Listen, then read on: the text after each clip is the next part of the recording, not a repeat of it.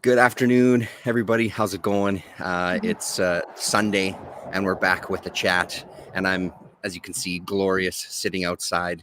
I was just telling Rasa that this past Thursday and Friday, we had snow. Woke up to a little bit of snow, so it's now getting beautiful again. So I couldn't resist sitting out here instead of getting stuck in the basement, the dark, dank basement. So getting some fresh air. Thanks for joining us if you're there, and if you're watching in the future. Rasa, how are you? Hello, future people. Well, hello to everyone. You stop showing off your beautiful weather. I'm Yeah. thinking. I'm not in the basement, so I can say that way. So That's it's true. better. Yes. So the sun is still kind of out, but it's about to set, so it's gonna get dark soon. Yeah. It's kind of weird because we take our son to sleep in this kind of hour, and he's like, "It's not dark yet. It's not dark yet." So it's kind of difficult to convince. Oh, Yeah, hello, it's so Angela. dramatically different when we chat in the wintertime, right? Like it really feels like we're talking in the middle of the night sometimes. Yeah. You almost like Hello, feels like Angie Lopez. you have that midnight, crack outside, and that's exactly. Mhm. But I don't think it's Andrew in California, isn't it? Andrew, are you in California? I'm not sure if he's in California. He's definitely in the States. I don't remember if he's Yeah. East Coast or West Coast. I I thought think maybe it's he was East Coast, but I could be wrong. maybe. I don't know why Yeah, I just thought we'll maybe find out right away, I'm sure. if he wants to share. Oh, Don't yeah, forget. true enough. Don't Absolutely. forget to put your geolocation. Yeah, right. Send us some photos so we can track your movement.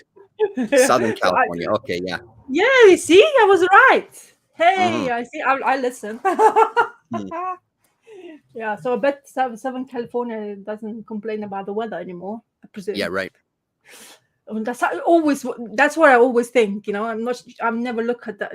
I don't look up of the weather, but I always think it's always like sunny, nice weather. Mhm. Just maybe the movie part. Oh, Yeah, yeah. talking about movies Yep. or TV shows. I start rewatching The Wire. Oh, amazing. Oh, it's like Rewatching it, did you say? yeah, Yeah. rewatching it. Yeah. Yeah. I've been I watched it when it was coming out, and it was already like great. And I know Mhm. like the one thing I don't know how you are. My fear is always when I rewatch something, is it dated, like too dated Mm. to this time? But it's actually it's I just love the way the locations. It's horrible first of all, Yep. but it's the right setting for what you expect the show to be like, and then how young the actors are. So one Yes. of the kids was selling Michael B. Jordan, who he was in like whatever movies he's now at, but Black Right. Panther guy. So Yes. the bad guy. So he was there as a child, really. Right. Wow. I guess I didn't remember that. Yeah, yeah, yeah. So that was him. And of course, Idris Elba being so Yep. young.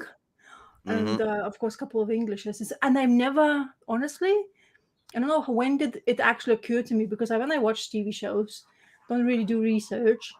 I knew it's really English, kind of like Idris Elba, of course I knew, but Dominic West, because maybe Yep. is this the way I never thought that at the beginning. Nope. I think when I was watching that he's English, because he They're had it. amazing. They must have some amazing vocal coaches because, like, I Yeah. can't recognize that they have. I mean, sometimes Dominic West, sometimes I find there's a word here and there that'll sound a little odd, but Yeah. not like glaringly obvious. But Idris Elba is unbelievable. I had no idea that Yeah. he was British. No idea. And then I hear him talk on an interview or whatever. It's like, what the fuck? Like that's a high level of dedication to changing your accent, because he makes it But sound so natural. exactly. And the thing is about that show, it's so kind of dark and gloomy, and but lots of very good acting going on there. And Hmm. especially it's just, but the level kind of lifts up. So the first episode's kind of like just mishmash. But then I'm now on maybe episode 7 or 8, and Yep. just somehow the level feels like higher on the acting Yep. skills. So I don't know what the hell happened or how direction of that, because I don't remember clearly, but Hmm. just feels so much more cohesive, like the team. And sad part is, the guy who's lieutenant in charge of the task force, Hmm. he died just recently.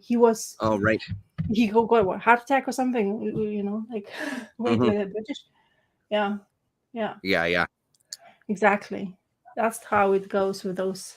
Yeah, they are really good at it, eh? And I think a lot of Americans get annoyed because they get employed and they kind Yeah. of go into like the Baltimore accent, and that's like it's a really difficult thing to do.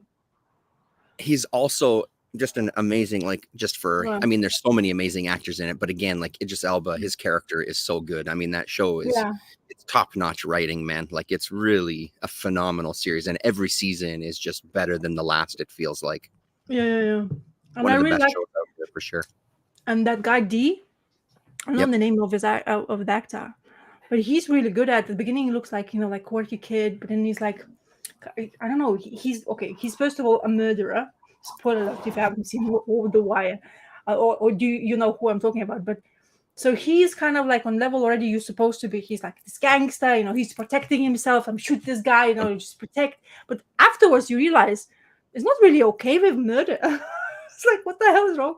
Because he sees there's a really good episode where his mates are inviting him for celebration. They're having this huge party, and of course there's no sex and all that stuff happening.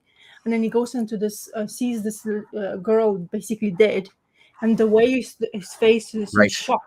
I And he's remember like, that. Yeah. and then he checks for breath and all that stuff, and he's completely out of it. Like he's not, like, oh my god. And the guy, whoever was, whatever he did to her, I don't remember if they actually going to disclose. I think they will be disclosing that, but he didn't care much, and he's like absolutely shocked, like absolutely doesn't know what the hell is going, like kind of, I don't want to be here, it's bad things happening in here. So yeah, so really good. I'm so pleased because I watch it in really good quality as well, because I watched it before, because I never had a box set of that, because I was watching it when we were streaming. But then I saw this, my mom has the streaming service from, and then because I have a VPN, I kind of watch it. And I was like, because I really kind of miss Lithuanian TV, the shitty stuff, or whatever, because they're kind of behind. So I've seen most of the things what they show, really, even on the catch up. Like they're kind of very good at that. But I most of the time I'm really up to date with everything, whatever I can get hold of in here. So when I saw The Wire, I was like, oh, I'm just gonna watch the old stuff. And my mom was like, well, I want to watch this. I remember this. I was like, yeah, but it's like old, so you can watch the new stuff first. So I said, Yep. because she's also a big fan of the detective shows. I think that's where I Yep. got the buzz Yep. for it. But honestly, it's just so good. It's actually really relaxing, even though it's such a bad kind of situations they're in most of the time. Right. And But the all thing that. is, though, the thing that impressed me about that show was how much they dug into each of the seasons. The as much of a Union guy as I am, the Union season is probably the weakest of all of them. It's still good, but like the idea of how they dug into, like, listen, here's the base idea of this world, and now let's dig into the systems that kind of create and kind of empower these worlds and this dynamics and the school system. I think that school season is a phenomenal season. It's one of my favorites. And then when they finally go into like the newsroom and they analyze how that world works, like it's just a really well planned out show. And I think one of the things that makes it so good is they had writers from those worlds coming in. Like when there was the season about the schools, they had a lot of teachers that worked in those school systems that were writing episodes. So it was firsthand knowledge. And even later seasons, when they get into some of the more hardcore gangsters, those are people that have had that past for real in real life and transitioned to acting. One of the women in the later seasons, whose name I can't remember right now, but she actually comes from that world. So some of the stuff that they're portraying, that's what they've experienced, right? So I think that David Simon does a good job at all his work. Like Homicide was the first thing I saw from him, and I loved that TV series. I thought it was a ridiculously good series. But it's that's what makes it so good, is they have that firsthand experience writing the episodes, so that realism really sets in, right? Rick Ray is talking about yeah. I never knew this one. We Own This City. I've never heard of it, so I'll have to check that one out. That's the guy John Purfell who died. Yeah, second season featuring dock workers. Yeah, it was my least favorite, that one. Weakest since McNulty and Lester really went off the deep end, right, for the fifth season. Yeah, it's just really, I find it really kind of talks about that world in an interesting way, yeah, it does Yeah. it justice, doesn't just do a surface level, like let's really dig into this, which I appreciate. Mm. Yeah, it's really good, and I'm so pleased Mhm. I got hold of it like in this way, because I also talk about that show with my mom, because Yep. I know she watched it as well a long time ago, and she's like, "Yeah, but you forgot how much murder happens, how many drug uses, how." And the guy, that Omar guy, he's also dead. The guy Yep. with The scar on his face. Yep. yeah, he is so good. And even So like good. he's like, oh, but he's so funny. So there's this level of him. So he's like, he's trying to deal with stuff. He steals drugs from this huge people who is basically who it gets investigated, and then he becomes like informant, but he still has this, like, I have to protect myself. That episode was like, I'm just shot the guy because they were going after him. They start, like, because they found out who he was, what he, what gang he's supposed to be with, and then he just like plainly managed to, yes, yeah, exactly. Michael, thank you for the names, which is very good. Because I never remember those names. Yeah, so yeah, he's fantastic. Wasn't he? I'm not sure. Maybe I'm mixing the actors, but wasn't he in Oz TV show? I'm not sure if he was in Oz, but there was a few people like Yeah, Oz was another killer show. I'm not sure if he was. I could be wrong about that. I maybe don't think so, but it's because been a long time since I've seen Oz. Long, long time. yeah, Oz is another show. Which I So absolutely love good. it. Yeah, one of the, also cinematically it was beautifully done as well. And they had Yeah. that guy who's was wearing this beanie hat right on the corner of Yeah. his head. And how the Yeah. hell Yeah. did you have that on? I was always baffled. It's like, how do you He was put the it there? best. Yeah. So anyway, He was the I'm just best. mishy mashy, but that's what the kind of Yeah. shows is like. Such a beautiful ways of looking at crazy kind of subject, but really well managed in the Yep. TV show. So yeah. So yeah, Are you watching are you watching what Shogun still? show? Oh no, I couldn't. Yeah, yeah. Okay, thank you for sure. Yeah, that's I was just wondering who was in there, because I'm thinking where else I've seen him in another Dex show, that Michael Yeah, right. K. Williams. So he has Yep. done lots of stuff and great acting. Yeah, and that Um, scar was real too. Like that was really, that wasn't yeah. makeup. That was from his real life. Oh, there The you guy that go. played the lieutenant was on Oz. Okay. Okay, cool. Right, lovely. Anyway, so it's a lot of great. Yeah. Oh Yeah. yeah. So Yes. that's a John Berthel again. Mm-hmm. Yeah. So I didn't watch Shogun. I'm trying to, because I had an ability to do it, Mm-hmm. but somehow I never get the right timing to do the to watch. Or if you say it's finale already, so I guess I can just wait until it's all Yeah, ends this and then just. Wednesday is the final episode, and holy shit, is it good! Like it's one of those Oh, shows okay. that it gets better as it goes on. Like the last two episodes, 8 and 9, were just Wow. devastatingly good. They were so good, like just powerful. Again, like powerful writing, powerful performances. My wife actually works with somebody who worked on the show. She Oh, was wow. one of the characters' kind of personal makeup artists, and just like the amount of realism they brought to that world. They brought in specialists from Japan who were experts in that time period, as far as like they had a movement consultant, like how to move specifically, how to wear the clothes properly to really get it historically accurate. Yeah, if you're gonna tread It's that such a lightly. good goddamn show, man. Like it's really, really good. But these last couple episodes have been outstanding. Remind me who's One of those streaming shows it. where it's like, what the hell is going to happen next? I literally don't know what's going to happen next, and that's a really good thing. Uh-huh.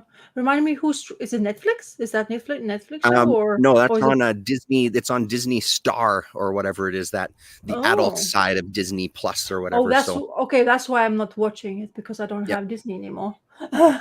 So, oh, okay. yep. So maybe I just get 1 month so I can watch all. I get caught up with it. Yeah.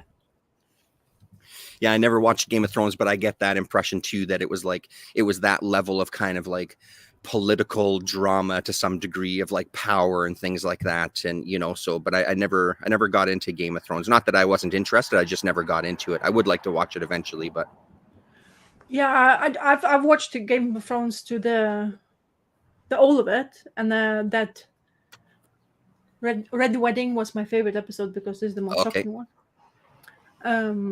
Yeah, that I'm talking about the Game of Thrones, but yeah, so I'm gonna probably have to wait like if it's on Disney, because I always like to do it like, I don't get monthly subscription of Disney, but what I do, I wait if something a lot of it to watch, and then I go. Yep. Yep. So then I know actually, because what I end up doing with Disney, I don't know why. Star's never been appealing to me enough for them to have enough TV shows for me just to being watching a lot. Uh-huh. So in Disney overall, I can like nostalgic and then watch like a cartoon movie with my kid and stuff like that. And then I end up not watching it for a while. It's like, why I'm paying Disney if I don't really watching it? Like I'm not pressing enough in a month. So that's why I started to do this kind of like random. Like I have lots of things to watch, so it's good to know that's on actually there. It's actually quite weird that Disney Star has it. Wow, kind of baffled. I Yeah. didn't expect them to be on that way and to do kind of. No, I was surprised TV too, shows but I there. mean, it's the only subscription we have anymore. Like we don't have anything else really. So I'm glad that it's on there, because I mean, I'm sure you can find it to download it online and stuff, but that's the only one that we pay for these days. So it's a good one to have, because I mean, there's a lot of stuff there for my daughter, obviously, but it's nice that they have some other things there as well. I think there's a couple of things they gonna come out new again with the Star Wars and something like that. I'm waiting as well. The Bad Batch, which I really love, that they're gonna end season soon, which is completely gonna end the series. And the animated Bad Batch is really good as well. So I'm gonna wait until that finishes and then go basically watch it in there, because they haven't yet finished. So it's good to, because it's only what comes out once a week or something. But they're finishing that, and that's really good series. And I'm like, oh, why would you not continue? But they already kind of extending the life way too long when they were expecting to do the show, apparently. So that's this season is already, I forgot how many seasons. Anyway, it doesn't matter. But the show itself, it's really good. And quite sad, like always, because it involves clones and Star Wars universe. Right. Yeah, and Andor is the next season of Andor comes out later this year. I think winter this year, I think. Oh yeah. Yeah. Which I'm looking forward to as well. Yeah, I'm still haven't watched any other movies. Haven't watched Poor Things yet. We need to I want nice, good space time, and be kind of into it rather than just. I can't do it. I can't watch when my son is around. That's impossible. Not that kind of thing. Because then I don't have concentration levels, because he will ask me a question or he's gonna want an attention or something like that. And he's like, nope, that movie deserves a bit more attention. Yeah, totally. And I would actually could give to it. So to really get into it. Anything else you're watching more interesting? That's it. We watched an excellent documentary about the strictest headmistress in the world. She has a school. What the heck? It's in London. What the heck is the school called again? Oh my. Shit, I can't remember. Anyway, there was a court case against her because she doesn't allow prayer rooms in the school. Her school is 50% Muslim, and she doesn't have a prayer room, and she doesn't allow prayer in the school. If you want to do it in the yard, that's fine, but in the school itself, she says no. And she's a very strict headmistress, and she's kind of world renowned.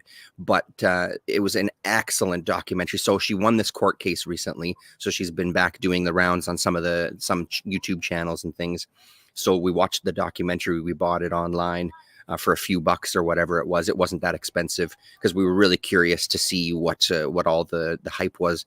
It's an amazing documentary, even though there's some things that make me uncomfortable, like I don't necessarily agree with, but overall it's incredible. She's an amazing person, and some of the stuff that she's had to go through. So that really blew our minds. Me and my wife and my daughter watched it together just to get a sense of things. I'll send you information on Twitter. I'm just blanking on the names of the school and stuff. So yeah, definitely. It's worth watching though, if you're interested. Even some of the interviews that she's done. She did an interview with Peter Boghossian on YouTube recently, a good kind of hour and a half, and that's a really good thing to get into and hear her talk about where she came from education wise, why she's doing the things that she's doing, some of the issues they've had to deal with. Like they had death threats at a certain point. They were getting threatened as teachers, and they had to hire like private bodyguards at one point because they felt that serious about what was going to happen. But the beauty is it's a free school. It's not a private school. It's a free public school. They don't Oh pick wow. their students. They just get students coming in. And she's really specific with the parents before the kids come to school. She sits them down. Here's what our Yeah. school is. Here's our rules. If you don't like it, that's totally fine. Your kid doesn't have to come here. But if they come here, these are our expectations. And apparently her kids have scored the highest 2 years in a row in all of, I don't know if it was all across England. I don't remember those details, but her school had the highest output as far as grades went across public schools in that area specifically, but I think even more far reaching, not just London. So really, really amazing documentary. Well worth checking out. Interesting. Because of you said mainly Muslim? 50, she said now 50, they're 50% Muslim. They were, when they first opened, they were 30%. They're up to now 50%. And it's even with the lunches, like they have all the kids eat together. And because they have all these different religions that have all these different requirements, we don't do any of it. She said, we offer vegetarian meals, but all the kids are expected to eat together. We don't segregate by religion. We don't allow that. We want the kids to integrate and learn to work together. They have one of the kids at the table that serves everybody their meal. And at the end of the meal, they can talk about what they're most thankful for. Apparently, they get like 800 visitors a year from all around the world coming to visit their school and looking for tips on how they can improve their schools in whatever parts of the world they come from. Really, really interesting woman. Yeah, just very interesting stuff. I would be interested definitely to know where it is. I might know because I've been scouring London, or I had time to scour. I lived in London for 8 glorious years where I couldn't wait to run away from it. Yeah, right. But as an experience as a young adult, it was definitely a lot of learning and hard ones, because London is lots of people in one place, but it's an extremely lonely place if you don't have anybody around you. It's so many humans around, but it's always just a run from A to B all the time, non-stop, and don't look at anybody or greet anybody. God forbid you greet somebody or smile at in the wrong place in the wrong moment. And especially you learn that and you become that person as well, because it's just how it goes, like you become that one, that the busy bee or an ant in a huge colony, really. And it's been changed apparently since, well, I haven't lived there for a long time now, but apparently it's changed quite a bit in certain points, which when I went a couple of times to visit, it feels the same for me, because when you don't live in there, you don't know what's happening really. You have to live in the city to actually understand, but you just come in for a day or two. It just feels like, a tourist hub with a lot of things happening around and lots of people around just buzzing. Just like poof, poof. And that's how I basically landed there when I just came to this country. I landed in London and I cried the moment I get out of the tube, because I'd never seen that many people around me, because it was in Leicester Square, which is basically a lot of tourists coming in and out. And it was just people around me everywhere. And I was like, emotionally, I was stricken by maybe the travel for the first time in the plane, first of all. I guess that was to come to an account, and you're in the land where you don't know what the hell to expect. Right, yeah. So I was just like bawled my eyes out for 5 minutes. It was kind of weird. In the middle of like Leicester Square, it's not something you do there. But nobody noticed you, so it doesn't matter. Yeah, you blend in. Yeah. Lefty, I love the Zatoichi movies. I've got the box set. I think I've seen the first 12 or 14 of them when I was really experiencing my sciatica pain, where I wasn't sleeping for like weeks. Yes. I wasn't really sleeping. I ended up watching those movies. I love the Zatoichi movies, The Blind Swordsman. They are amazing. And I think for anybody who's interested, I think you can find them on YouTube. I know they have a bunch of them, the full movie on YouTube. Whether those channels are gone, I don't really know, but it was one of those things that it was fairly easy to find them if you're curious. They are fantastic movies, like really, really good. Well worth it.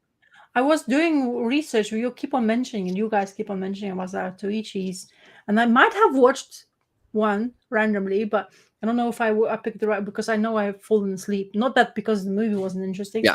I think I was just absolutely naked in that time. But if it still would be nice to see if they have it on YouTube. That would be easiest to watch. One of the things we watched, actually, me and my son, we had watched Fistful of Dollars last weekend. This week I found Yojimbo in town here, so I Oh. was able to find it. So that was Yojimbo was the Kurosawa movie that inspired Sergio Leone and Sergio Carbucci to make, like, they wanted to turn that movie into a Western, and Leone got there first with Fistful of Dollars.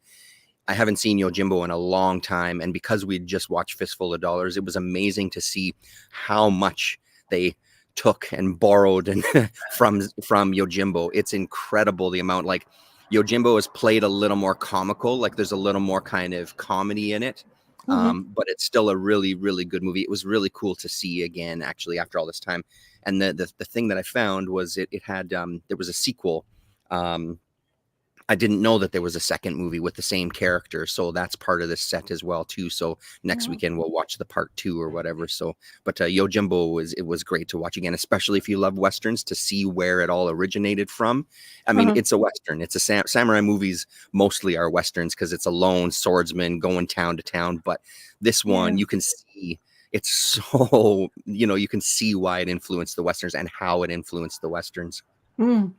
So if I will go to Zatoichi route, do I need to specifically find something first to watch to get into the mood of that I week? would say try to watch from the beginning. Try to watch from the first movie. I don't think it's necessary, but I think that's a good way to go through it because there's this. Because he's sort of the story sort of develops. Each movie does stand alone for sure. You can pretty much start anywhere, but I liked watching right from the beginning because it's nice to see how they move the character along and that kind of thing. But yeah, you can pretty much watch anyone. It's not necessary to watch right from the beginning, but that one I tried to because I have, like I said, because I have that box set. It was easy to kind of start from the beginning. Yeah. So it's a easy, like I would not get confused which is the first No. one or second, I presume. Yeah. Oh, you might, but I can send you names, titles of the first ones just so you yeah, I can do that. Please do Yeah, that for sure. because it's much easier when you are, when you want. Sometimes you think you're correct information. Sometimes not always you get the correct information if you're looking, through the Googles and stuff like that, and they just point you in one direction. Whereas Zatoichi says, I don't remember when I was watching and which movie I was watching because, as I say, I don't recall much of it. It's not. It's so, and I like it. It seems like I should pay attention. Like if I want to watch something, and it sounds intriguing already enough. So good, so good, Okay. man, so good. Cool. I'm looking forward to that one. Great actor. Yeah, it's really great. It's one of the best ones. That was a birthday gift or a Christmas gift many years ago because it wasn't a cheap box set. I think we waited for a sale because Criterion does like 50% off sales a couple of times a year, so we ended up getting it through that way. But yeah, it was worth it. Are you still sub to them or some? I remember, didn't you say that? No, not anymore. No, we did have a subscription. My son had the Criterion Yeah. subscription for like 2 years, I think. Yeah. And then he just wasn't watching as much on there, so we didn't renew it for him. But yeah, we did have it for a bit. Okay, cool. Because I heard, like, I remember we having the same, once again, movie-wise, and you mentioned Criterion, and we were having that conversation. So, well, especially since I know how much you love westerns, so those kind of things. Criterion. I'm already thinking about Fistful of Dollars, so I guess I should watch Yojimbo first now because you just mentioned it. Yeah. Honestly, that's a good idea. Watch Yojimbo first and then watch Fistful of Dollars. Yeah. Because when you were saying about, honestly, I already was searching and I had like a sort of a mental note in my head. I should watch that because it's Western, or why wouldn't I? Kind of thing. But then now you mentioning Yojimbo, maybe I should just go that route. We were at my parents' house yesterday. We went and had dinner with them, and we were talking to my dad about it. And my dad remembers at the time he was living in Sardinia when that movie came out. He went and saw it in the theater. And he said like he had known who Clint Eastwood was from, what was it, Rawhide that he was in or something? Yeah, he was in maybe, some show that he was before, so he knew who he was. But he said at the time, like seeing that movie in the theater and seeing Clint Eastwood on screen, he was like, it really, like it's hard to describe what effect that had on kind of the people, people going to the theaters. Like it really was like, holy shit, who the hell is this guy? And watching that again, like him chewing on his cigar and staring people down, like it's an impressive performance, man. You can see why it became kind of like the standard for those Western characters. Like he knocks it out of the park in those ones. It's so great. I was actually talking about Clint Eastwood. I was somehow randomly saw his slew amount of children he has and how many different looking children he has. It's like, oh, really? Geez. Oh man, he has like about 6 or 7. Okay, yeah, Something like that, maybe a bit right. more. I don't know. I don't remember the number because what I Yep. was baffled by, all of them don't look alike. So I don't know how many wives or Yeah, mistresses right. the man had, because it doesn't look like, like they don't. The only son, which is in acting, who looks like him with the beard. So his son, so he's the only one who looks like Clint Eastwood. Other Mhm. kids, well, maybe a hint of there and there, but the son is like almost putting image to a point. Like you can see it's definitely not him. Uh-huh. But yeah, so I was watching and randomly saw, it's like, how many kids the man had. So yeah, so I was Walter watching. Hill's The Last Man Standing with Bruce Willis is a modern Yojimbo remake. Cool. I know the movie. I Oh, don't think I've seen it. I know the title though. really? Cool. I'll have to One, I check it out. didn't even know that they. Sounds familiar though. Last Man Standing. Yeah. That's fine. So, I mean, there's quite a lot of things in it. Anyway, Cool. okay. So, are we touching Get into it. upon where we watch, what we read? Yeah, sure. Give her. Should I? Okay. So, that easy, the cheapest read of my pile, Mhm. the Salmon Twitch case files. I had um, I had this. I'm still curious enough to go for it. I guess price tag really helps. It's so actually kind of nostalgic it feels now, but seeing the price tag, this $2.99, by the way, people of why I'm talking about, is the Spawn universe. These two people is they not the Spawn, you don't see Spawn anywhere around, but this one is. I had it previously collected some of the Salmon Twitch. I don't know if I've kept it because it was kind of cheap in the bins beforehand. So that's why I knew the title when they came out number one. Kind of curiously want to see it. The first issue much stronger than the second, to be honest. This one is again, it's kind of like it shows you what to expect. We remember the last first issue when I was showing off, it had the puzzle pieces with the murders, which that's what really was intriguing. But so far in this one, we have kind of like not where it was ending from the last issue. It's more as we having our two buddies who's basically one apologizing, the douchebag who's basically ruined the life of Twitch. This is Sam and this is Twitch, and it seems to be Sam wants to be kind of apologize. He tried to make it up for them because what happened due to his kind of like fuck up and harassing his the people who's undercover for him, they got suspended, and because of the suspension, I guess they don't get paid for it or something, because he's really was trying to apologize it to him. And my expectation was from this for a second issue is actually we're going to go into that gruesome murder, but in this issue we have actually more of Twitch getting into that area where the murder is, because both of them are based in New York and the murder is in there you go, Plainfield, Indiana, where the population somehow is 23,571 because of the murders.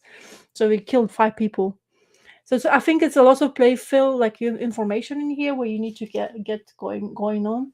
So he's basically, after not accepting, or his wife not accepting Sam's apology, which is setting to see his mate, who basically asked him to come in and to try to do this, because this kind of sleepy town, as you would call it, doesn't have the same amount of like serial killers or that kind of a case where they have to be able to deal with it.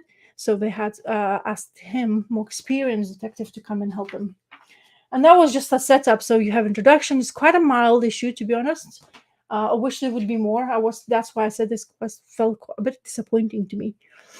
But it was entertaining enough for me to get hold of it. Oh, there you go. So the area. The art style it's growing on me. I don't know why it wouldn't. It's still kind of intriguing. I'm not sure if I'm partial to speech bubbles. I really do like the framework of a speech bubble. I think it's just what screams comic for me. But yeah, it's something like I guess I get used to it. And this scene, which they always seems to be what will happen in these issues so far, will be my main part to look at. So more intriguing information on who's murdering, and of course with a lot of disclosure where we don't see who and who's taking part of it. So I presume this, unfortunately, guy who has been be picked up by coppers because apparently not allowed to be homeless outside the streets. They picked him up, got him down kind of around the streets and by the cornfields, and said to him, okay, you have to go by yourself. And I guess end up being something bad to him, or something will happen to him. So it's really intriguing. It's very, as I say, very mild read, but I'm intrigued as a detective. I guess I have a bit more points. I just wish they had more information in one issue like this. But for the price tag, I guess I can't deny it, really. I'm not even sure how many issues is it going to be. I still haven't done the research. It's giving you this nice cover for next Nice issue. one, yeah. And this picture in particular looks like a what is that detective in the Batman lore who's kind of a screw up? Bullock. Yes, doesn't it look like him here? For sure, yeah, absolutely. Yeah. So anyway, it's intriguing enough. As I say, it's nothing screaming like, "Oh my god, go pick it up!" But I'm intrigued enough. I don't know. I just kind of like I want to know what's happening because it's like 5 dead bodies and decapitated all over the place. I just want to know maybe first if I have a little bit more hint of what and who did it, and if it's not, of course, too predictable, then of course I'm going to get it further down the line and see how far it will go. But I'm intrigued. But one thing I'll tell you, for $2.99, I keep on saying, for $2.99, the cover is a cardstock. You cannot deny this. It's like, come on, how did you do this? Is it like, does he have that much money to be able to produce books like that? Because he's got a couple of bucks, no doubt. Yeah. Because the quality is stupendous. Honestly, Amazing. as an artist, so John Goff is not. Oh wait, no, Simon Kudransky is the artist of this, or Shimon, is Polish probably, and John Goff and Todd McFarlane is on the writing, writing. I guess John Goff is doing the main thing. Todd McFarlane, it has just I don't know. I don't know how that works, but as I say, it's quite intriguing to have $2.99 comic book in your pull list is never disappointing, to be honest. And I wish, but and there's a plenty of to pick up from the Spawn universe, and I think they're all $2.99. There's apparently the Scorched. Looks intriguing with white balls. Oh, right. Yes, I've seen that on the shelf. Yeah. And the King Spawn. Oh, this what you see: King Spawn, Scorched, Gunslinger. The Gunslinger I would be intrigued to read because I heard lots of people saying good things. But so yeah, this next issue will be what to look up. Issue number 3. But it's intriguing enough. Plainfield, Indiana. Which is the location of the murder or serial killers. So. Yeah, I mean, keep your eyes out for any sort of collections from that first Sam and Twitch stuff, because I remember really digging it. You know, I remember really liking I that remember I had it as well. As I say, it was in the dollar bins or pound bins or whatever those bins, like cheap bins, definitely for sure. Because that's why I picked it up, because I know I've seen it. I know the idea of it, so I know there's 2 detectives and all that. They have this kind of like almost marriage kind of relationship where they spend way too much time. One is basically doing screw ups, another one's just cleaning up for him, and it's like kind of I'm fed up with it. So basically because they are on leave, I guess he has plenty of time to just travel to help this friend of his who has to deal with this serial killer and this murders, which is I would like them to actually hurry up and start to get me interested. Otherwise it's just too long, to be honest. You have to be putting that kind of like idea, and like we always complain about a couple of issues, it has to be like bang on for you to get in, be interested in something these days, because there's so much comics going on. Right.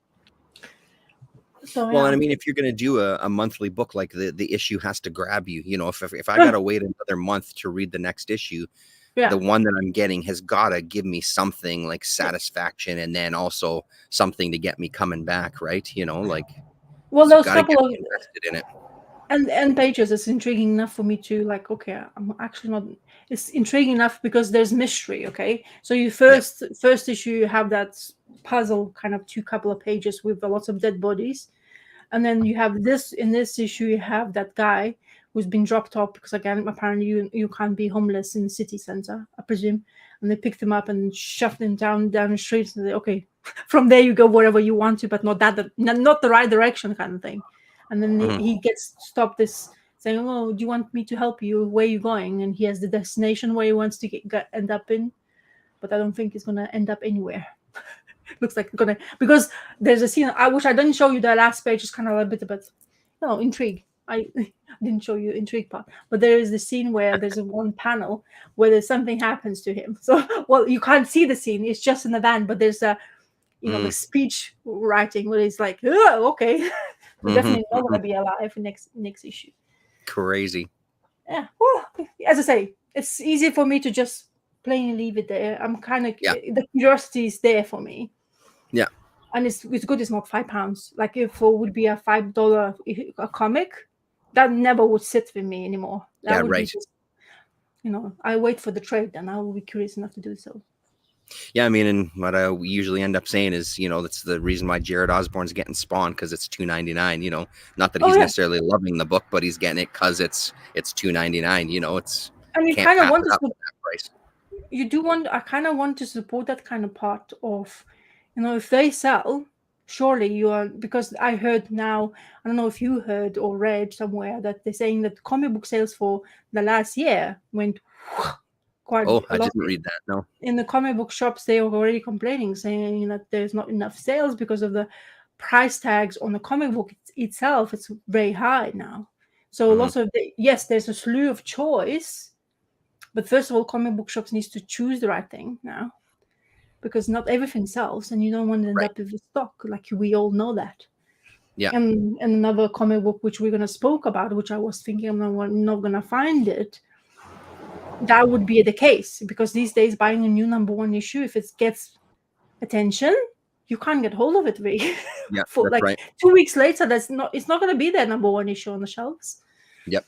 And my comic book guy always says to me, it's like, I'm trying to get as many, or I think as many I need, but he said, I never go crazy. I used to be kind of like taking a risk. And I think it's easy would be taking a risk on like Jason Aaron upcoming Turtles book. Mm-hmm. I think that will be stocked up, to be honest, because they know will sell. Now, I'm not sure how much it will sell on this second issue, for example, but I know #1 issue will fly off the shelves because lots of people will be very curious to know, especially Turtles fans like I myself. Oh, God, yeah. That one, I feel like that one is going to sell like hotcakes, man. That one's going to be out of there. So I know. Like, that'll be a day I go to the shop on that day to make sure I get a copy, Yeah. So I know for sure. And another intriguing part about Turtles book, let's say for the ordering sake, it's 4 Turtles, so all 4 issues are different, and all 4 issues have the same writer, but they have different artists. So that's Sorry, are you saying they're putting them all out at the same time? Are they? Oh no, I don't know. I hope not. Okay. I don't. I'm just saying to you that it will be 4 issues, at least what I am more aware of or solicited. I hope they're not going to do that bullshit like what you just thought of me saying. I do, because I don't want them to come all 4 of them at the same time. That would be just ridiculous. That would be more risky as well. Yep. But what I'm trying to say is, it's different artists but the same writer, but a different character. So it's almost like #1 issue, to be honest, because it's like encased in one thing. So, right. So I think that's why it will probably definitely sell. Mm-hmm. And did you see the new Kevin Eastman's book, which is going to come out in Image? No, I didn't. No. Gore Vidal has sent me the link to Image comic books, and he's going to write a comic book about a comic artist who gets famous because he writes something, and the idea of what's happening behind the scenes and in what he has to deal with it in order to do it. So he's him doing it. His cover is, if you type in Eastman, I guess you'll definitely, in Image website, you'll definitely see. Actually, because I hate not saying the name because I don't recall the name. I know the Eastman part. My God, I'm so bad. It's going Drawing Blood. Okay. So Drawing Blood. I can show it to you. Can you see the cover? Hold on one sec. Let me soul you there. There you go. Oh yeah, Kate, we can see that. Yeah, so that's the new book. Cool. So that's his art on the covers. And when does that come out? 20 this month actually. Sweet. It's 12-issue series. So it's yeah, 1 of 12 come out. And you can actually look inside, which I didn't know. We'll have to check it out. Here, maybe I can share it. Art is definitely not Eastman's. The cover is. So I guess he has the... Who's the artist then?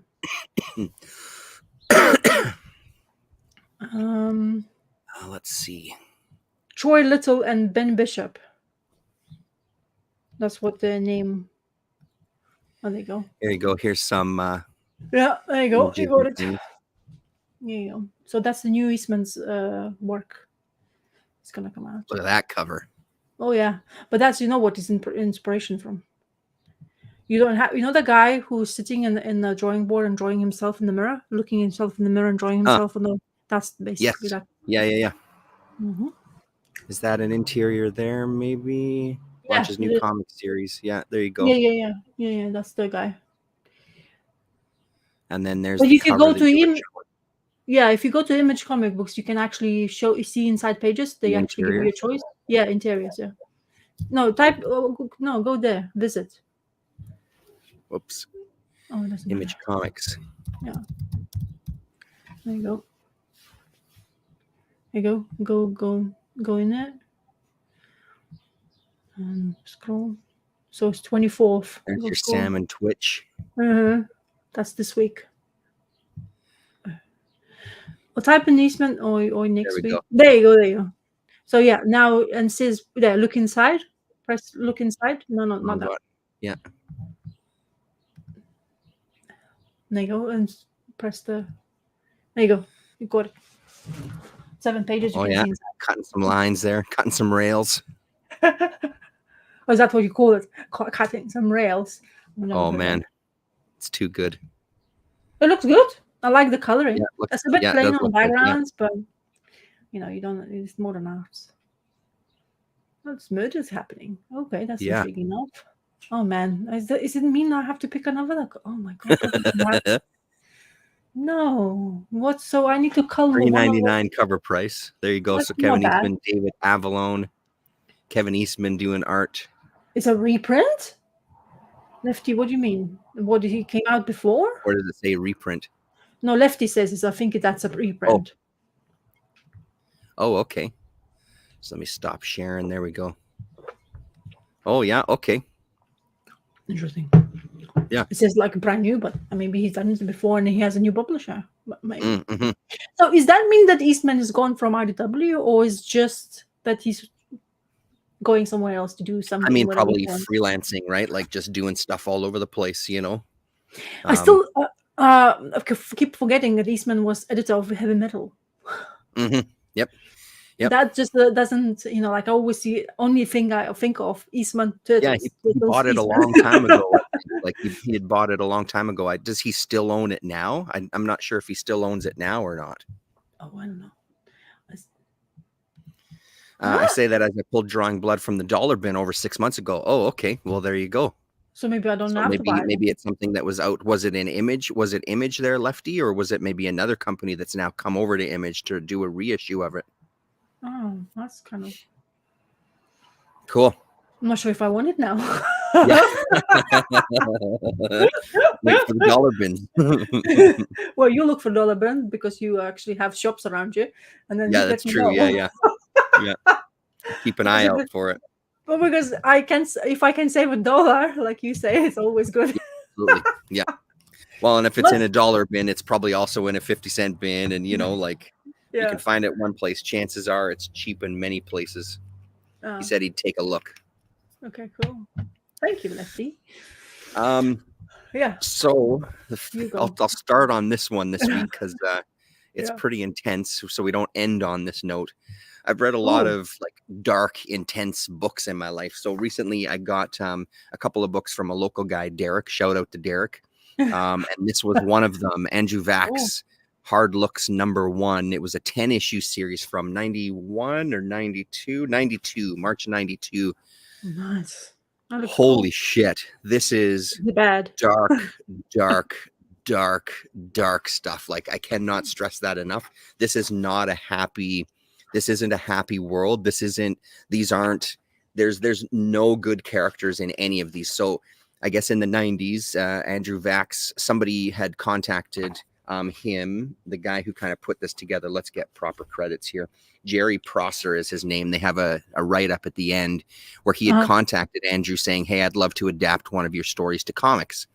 And during their conversations, he found out that Andrew had a bunch of short stories.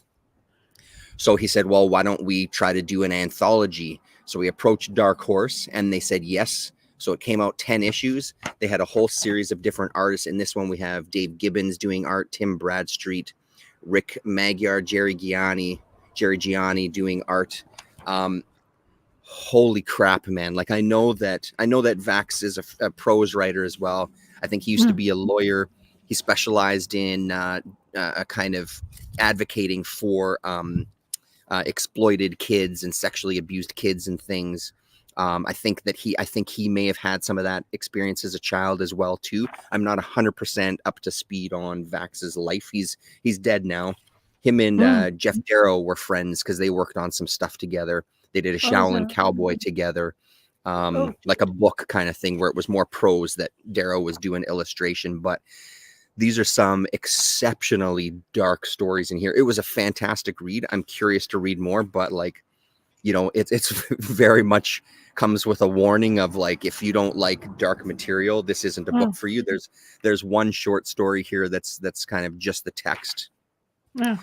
But they're incredible stories, and just the way the stories and the characters unfold throughout each of these short stories, each of these 4 short stories, I think is exceptional, because it's another one of those books where you kind of can't see where it's going to go. There's always sort of like a twist at the end, but absolutely not a book where you have a character who's going to come out of it unscathed.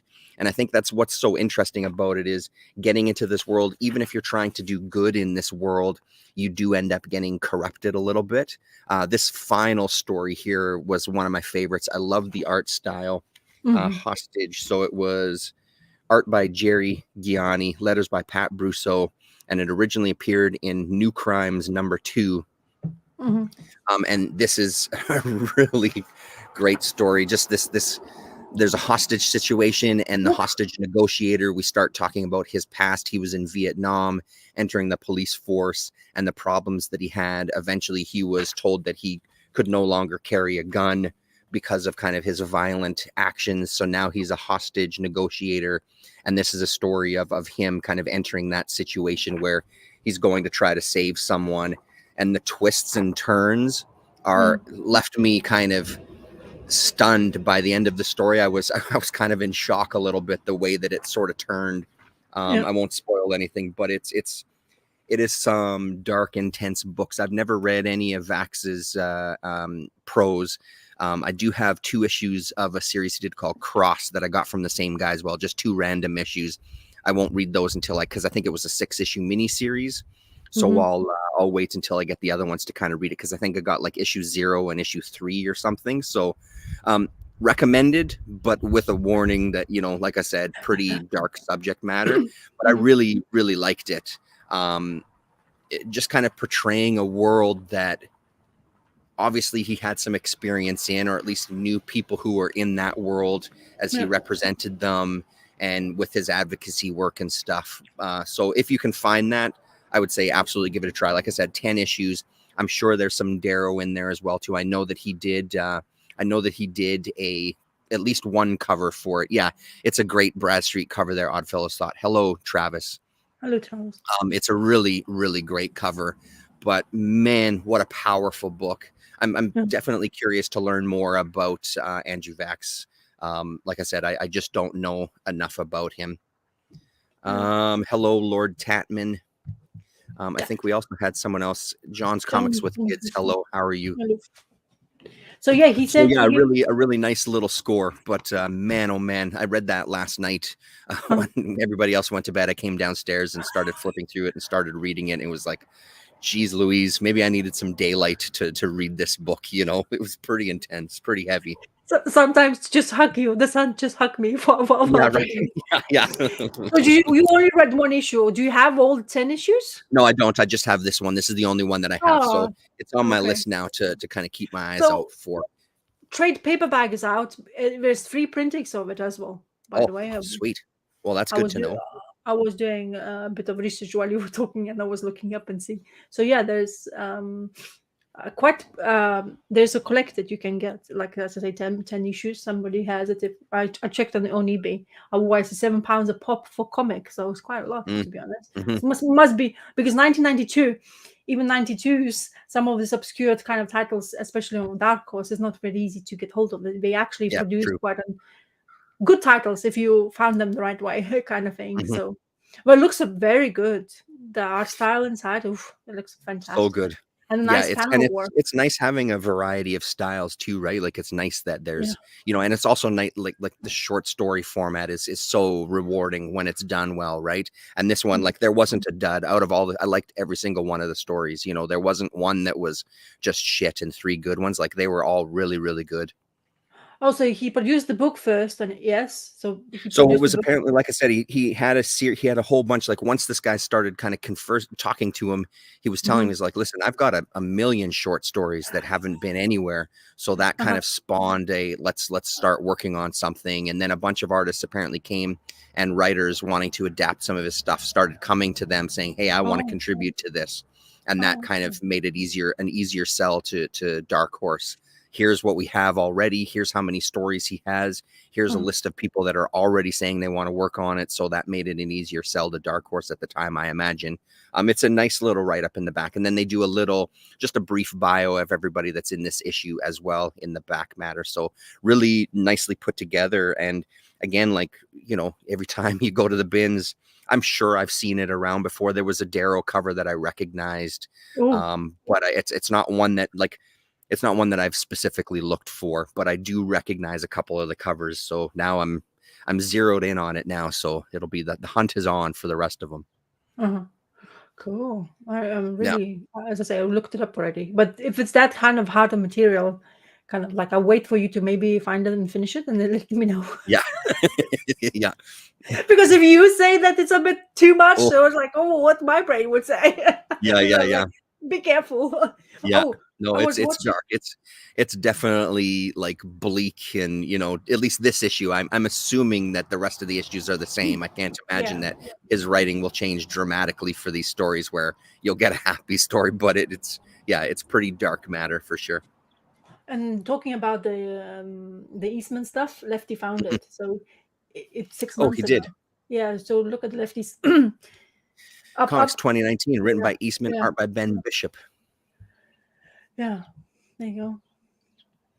Oh, is Yeah.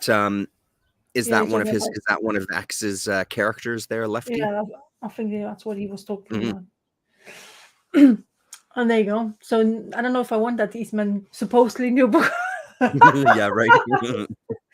Well, a warning for you too. Well, people, Yeah, I'm glad that I mentioned it. That it's actually quite nice. That's the beauty about YouTube and talking comics. Is that absolutely. you guys come through and then just just new information just pops in your head like, oh my god, that's a lot.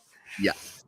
Well, it's difficult, especially like if you don't know it. Like I am such a when it comes to like books and comic books coming out new, I am absolutely not nowhere. It's like Yeah, somehow right. I just react. I only react when basically my comic book guy sends me a list. I just look through the list and whatever hmm makes me fancy, I kind of pick it up without no Well, and I think information whatsoever. it's just one of the So unfortunate things of where you are. Like you don't have a lot yeah, of comic shops around you where you would yeah, yeah, maybe yeah, stumble across that stuff. You know what I mean? So yeah. it makes it a little more difficult to kind of know what's out there. But that said, though, I've never heard of it before either. So Well, it's not as bad as what Travis has to commit to. He's like ordering 3 months in advance before he. yeah, That's quite a commitment. I mean, to yeah, just like totally.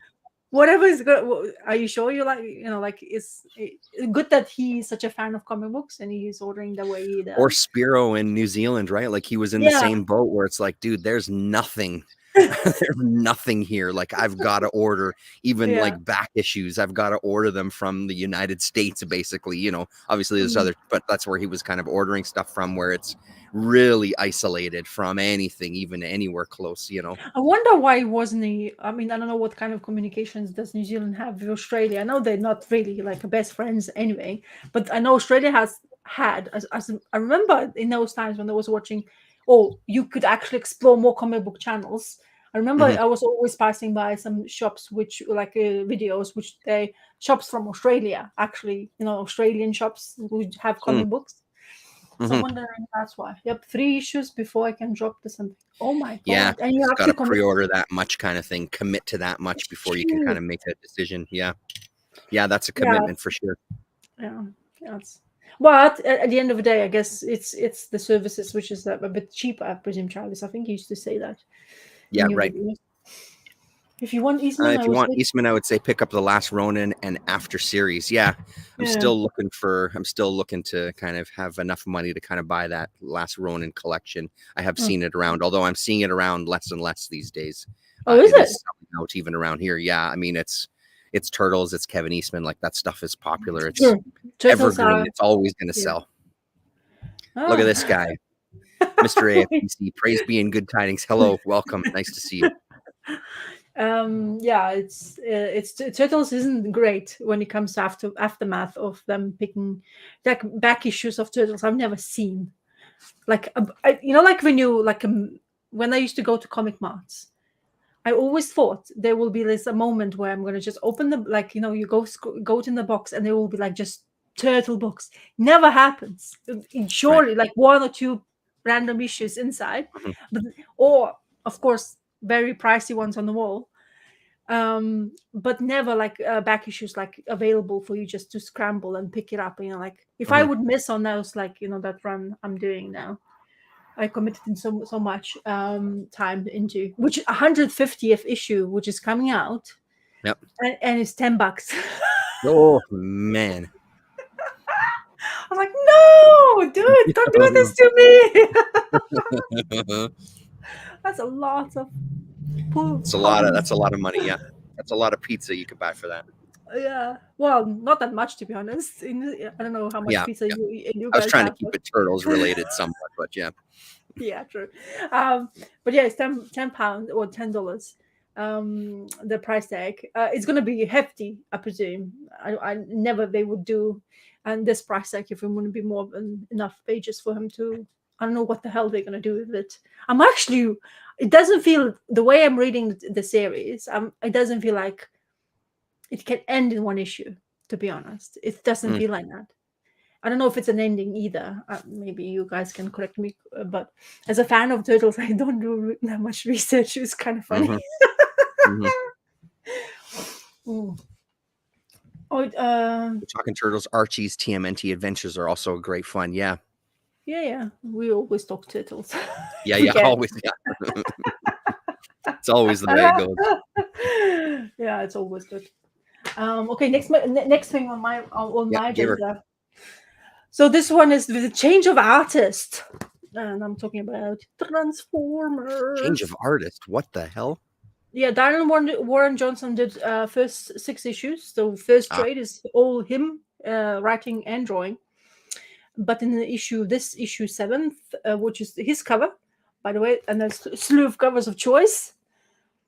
6 of them actually. Wow, that's a lot. um, yeah, it's Mike Del Mundo. Yeah, so they changed the artist, and now you have a Jorge Corona. Um, and it's really nice. The art is not bad, to be honest. I wasn't. It doesn't feel. It doesn't have as many. Corona does pretty good job. Yeah, yeah, exactly.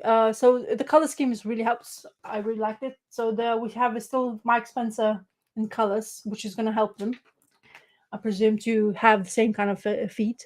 I'm a bit confused. Maybe my Transformers lore is not as good in my head as I was presuming I maybe had from the movies.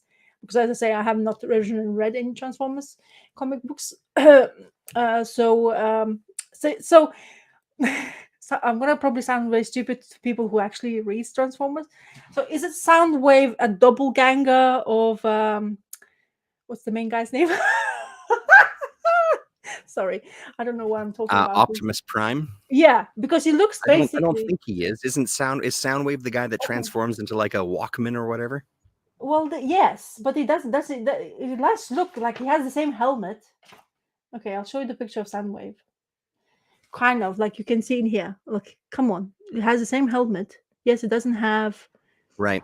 that, but it just the helmet just threw me off a little bit. So because he kind of looks almost to the point, like because Mhm. of the where is he? Yeah, look, do you see what I'm talking about? That's the Optimus Prime. I almost blanked his name again. So this is Optimus Prime, and Soundwave is and I was like that because what I'm trying to say is I was very confused with the first couple of pages of this comic book because I kind of didn't know where they were going to. It's like a backstory. It's on the world where they used to be beforehand. What happens in the crash? Yeah. So it's in their world, and they're just showing the extra characters how they survived and how they've been good. Yeah, artwork in me you love. Yeah, so it's good artwork. Let's say this way. It's a lot of dismantling and torturing even them.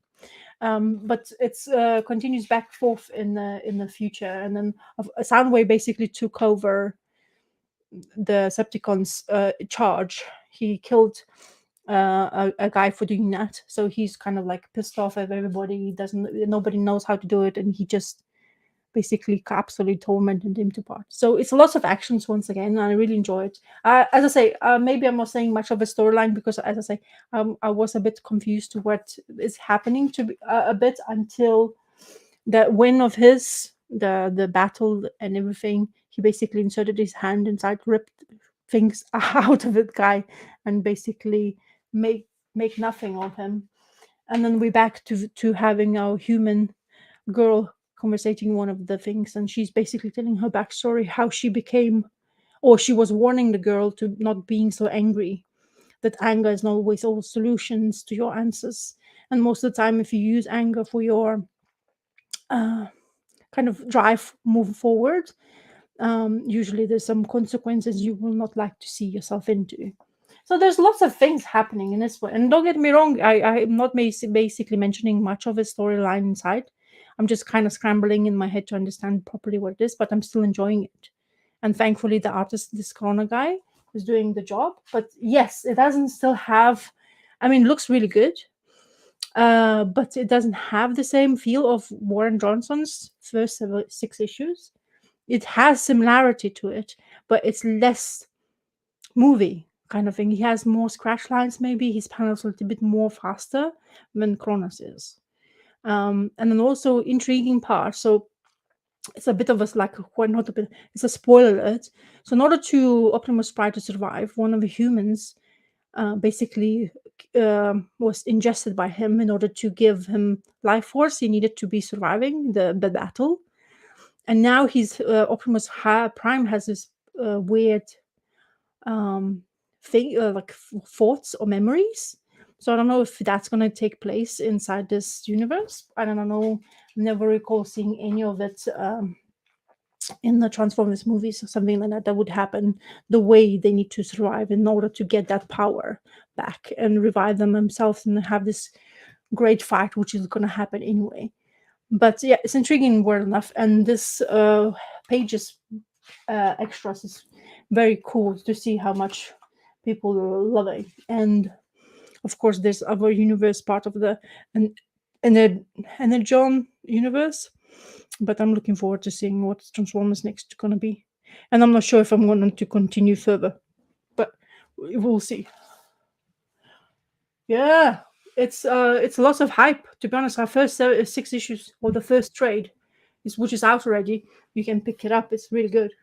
It's lots of people who is fans of Transformers are saying very good things about it. And Hmm. as a non-Transformers reader, I was intrigued enough and also entertained. Transformers has never been something of the subject I would go for comic book like to read, but it's intriguing enough in this format.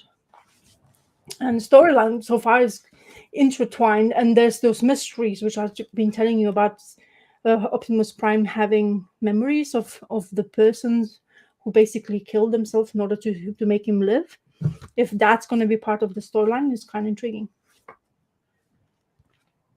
So Okay. some previous stuff, Yeah. yeah, yeah. Daniel Warren Johnson has a very specific energy to his art for sure. Yeah. It's very unique to him. You know, he's Yeah. got a very specific voice, I feel. Yeah. And you see in especially Corona, his human faces are very different to what Daniel Winston Jones, even though she looks exactly the same, the hairstyle and everything, but the way the expression lines, I think Daniel's work is a little bit more expressive so Mm, far. Maybe it's just this issue, the way she's looking, just angry, just one way of emotions. But I felt a bit more like people were like really struggling right. in the first six issues, which I really like. And I think that's what the ability of the artist is to portray that. And yeah, so as I say, I'm a bit confused with a lot of things. My brain needs to catch up if I understand, because like if you don't really know the whole point of the whole, like what Transformers is all about, Decepticons and who's Soundwave. And I know Soundwave is one of the favorite people's, but just because the way you looked at it, I felt like, is it doppelganger of like a like bizarro part of the Right. Optimus Prime, because it's absolutely crazy, but just looks kind of similar. Mm-hmm. Yeah. Those names don't mean anything to you. To me, do they mean anything to you? Was there any? Yeah, nothing in the. Yeah, Kate. Mm. Just Decepticons and whatever. Autobots and Decepticons. Yeah, That's how bad. I yeah. was like, what is this name? You're in Sounds the so same bad. boat as I am. I don't know that world either. Like I remember it from a kid, but my brother was really into Transformers. I was into it because he had a bunch of the toys, but I was never hardcore the good Transformers guy. the good thing I said about the artist is this panel sequences and the way everything gets completely obliterated, which has the same kind of feel. As I say, I keep on mentioning the Mike Spicers and the colorists who really helped Hmm. Corona to have the same taste and feel to it. This part, particularly page, I think is a success, but it's a little bit too dark for you to actually see the scenes. I think then Daniel Warren Johnson uses his blacks, you kind of it pops out of his pages more. Maybe it's just the way he tends to use him. But as I say, as a replacement, not bad. Definitely not. I wouldn't say it's a bad choice, and it's not jarring for you to, oh my god, it's completely like a Marvel sometimes does it. It's completely different. Where you cannot recognize anybody who on the page, and here, of course, you have all of them. And Mm, this really difficult part, another thing is you have to be extremely brave to be ordered like robotic style. Yes, you would think everything is kind of robotic and one-dimensional arms, but there's all this explosions and tearing things apart is not easy to draw and have that hmm. movement going, which is what Warren Johnson's success is. His panels are moving really fast, and reading is quite smooth in going that way. And it was so successful, I think, because of that. And like the passion as well. You feel it. I don't know how much passionate this artist is, and we'll see in the further issues. But so far, I don't think it's like as a replacement, not so bad for sure. Hmm. Action Masters. Whose gimmick was that they couldn't transform. Amazing. So they were just cars or just robots. I mean, for people who is huge fans of this world, I bet seeing this on a comic book is really cool. And I think you have the creator who's actually definitely cares to what he's doing in the writing sense. Now, let's say as a like creator in generally, he can basic Cliff Jumper is another guy. Apparently, Cliff Jumper is another character. Not I know of the Beetle guy. What's the guy's name? A bumblebee. Bumblebee. So he's not going to be part of this. Apparently, he's being killed off. Yes, killed off in the first issue. Spoiler alert. And Bumblebee is one of my favorites characters were in that time. I mean, I just like the car. Okay, I'm a fan of the car when he came out. Yeah. Maybe I will do that. Anyway, Yeah. so he's not there, and apparently Cliff Jumper is the guy or the character they're gonna basically kind of use it as. Okay, but apparently we don't know if it survives. And is he gonna live for one issue, or is he gonna be basically ripped apart like this other character had been? Yeah, it's I a had lot of things happening. Yeah.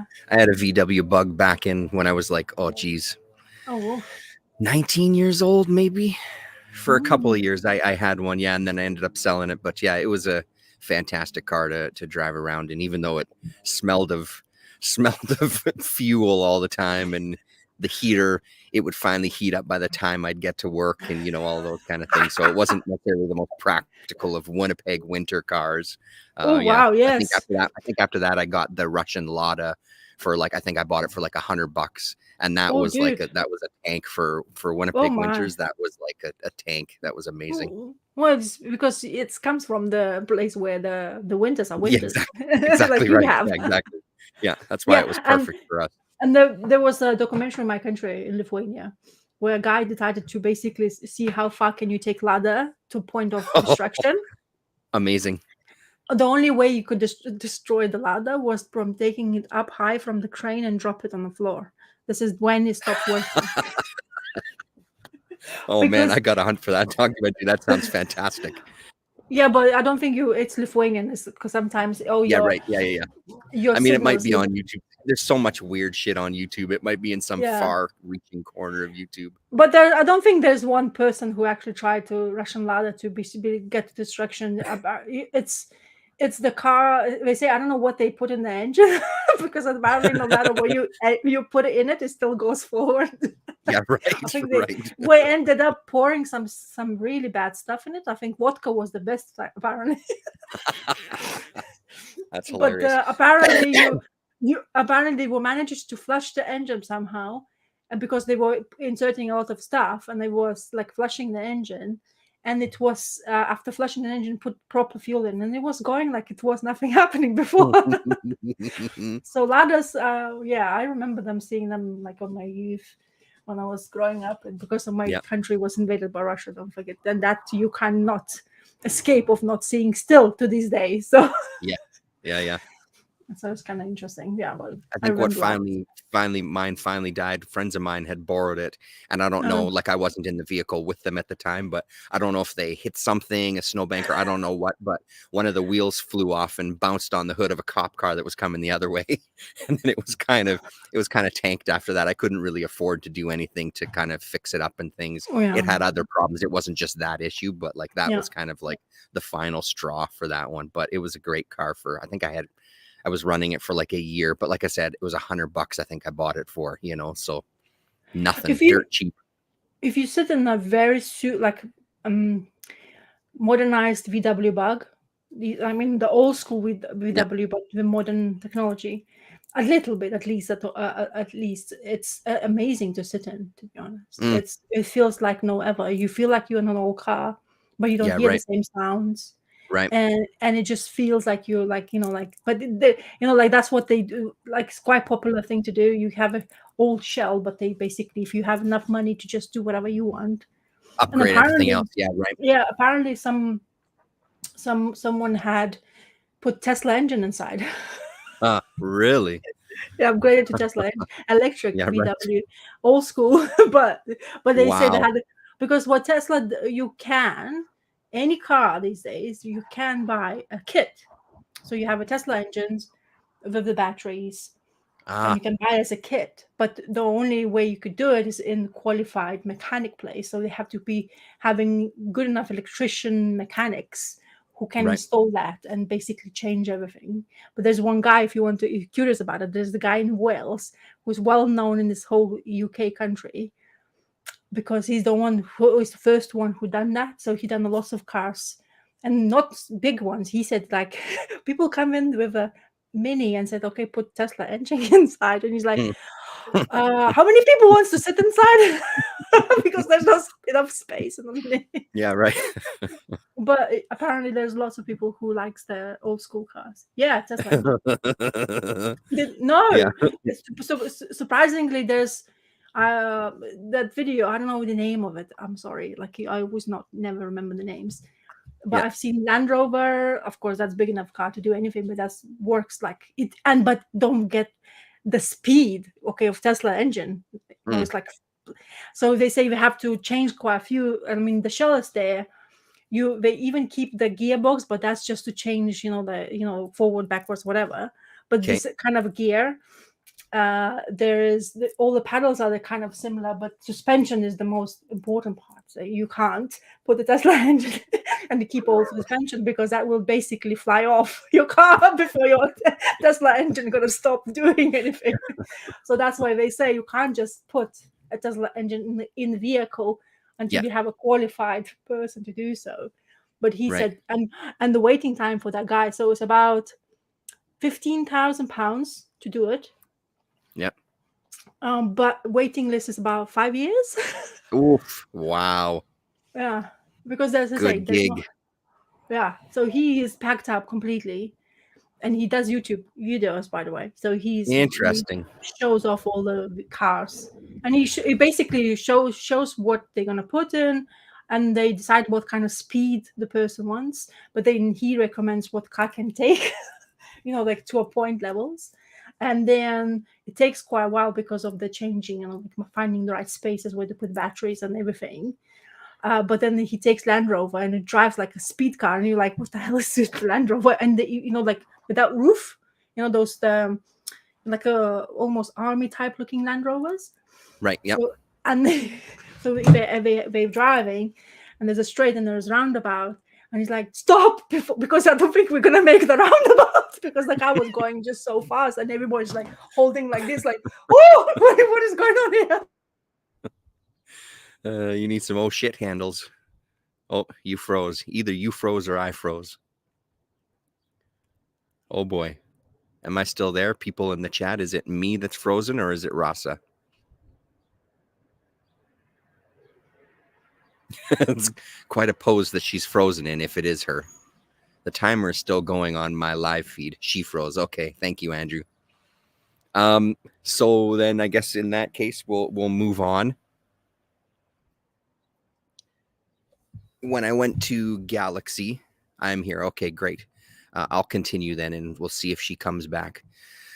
When I went to Galaxy, I had one book on my pull list, which we'll probably talk about if she does end up making it back. We'll talk about at the end, the Helen of Windhorn, issue number 2. But when I was there, they have a little room where it has some discounted graphic novels. I found a couple of Cinebook titles, Lucky Luke and Nottingham. But I also found this Simon Roy Habitat. So this one was collected in Island Comics, right? Is that what it was called? The Brandon Graham anthology from Image all those years ago. So this one is Simon Roy, who kind of I know from sort of the Brandon Graham. Obviously, I know him from Island, but I think he also did some work in Prophet. Okay, Rasa said she'll be back. There she is there. Okay, good. Also know him from the Prophet book as well, too, that Brandon Graham and crew were doing. I don't have all the issues, which was why it was nice to find kind of this collection. I don't have all of the Island issues. I might be missing a part or two of this one. I was overall pretty impressed with it. It was his style is really cool. Who else was he working with here? Just a couple of editors, so he did everything. So this is 2016 is when this one came out. It's a pretty cool little sci-fi story of kind of what you think is this. I think the way the story unfolds, I think, is pretty important. So I hesitate to say too much in case you haven't read it.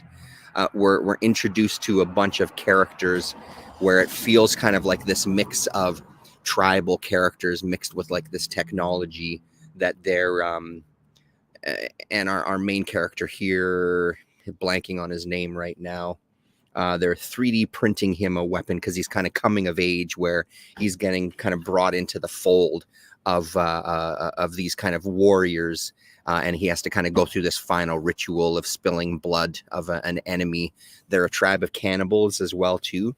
We also get a bit of a sense of the world where they're living in kind of the jungle. So right off the bat, this is the first few pages of the book, right off the bat, you're kind of entered into this world where it's a really interesting mix of, you don't really know what the setting is. When you finally get kind of a reveal of where they are, it's this kind of, to me, what seems almost like a classic kind of sci-fi element of, you're on some sort of, what I thought at first was a planet where it had this landscape that was curved, where all these kind of societies were living.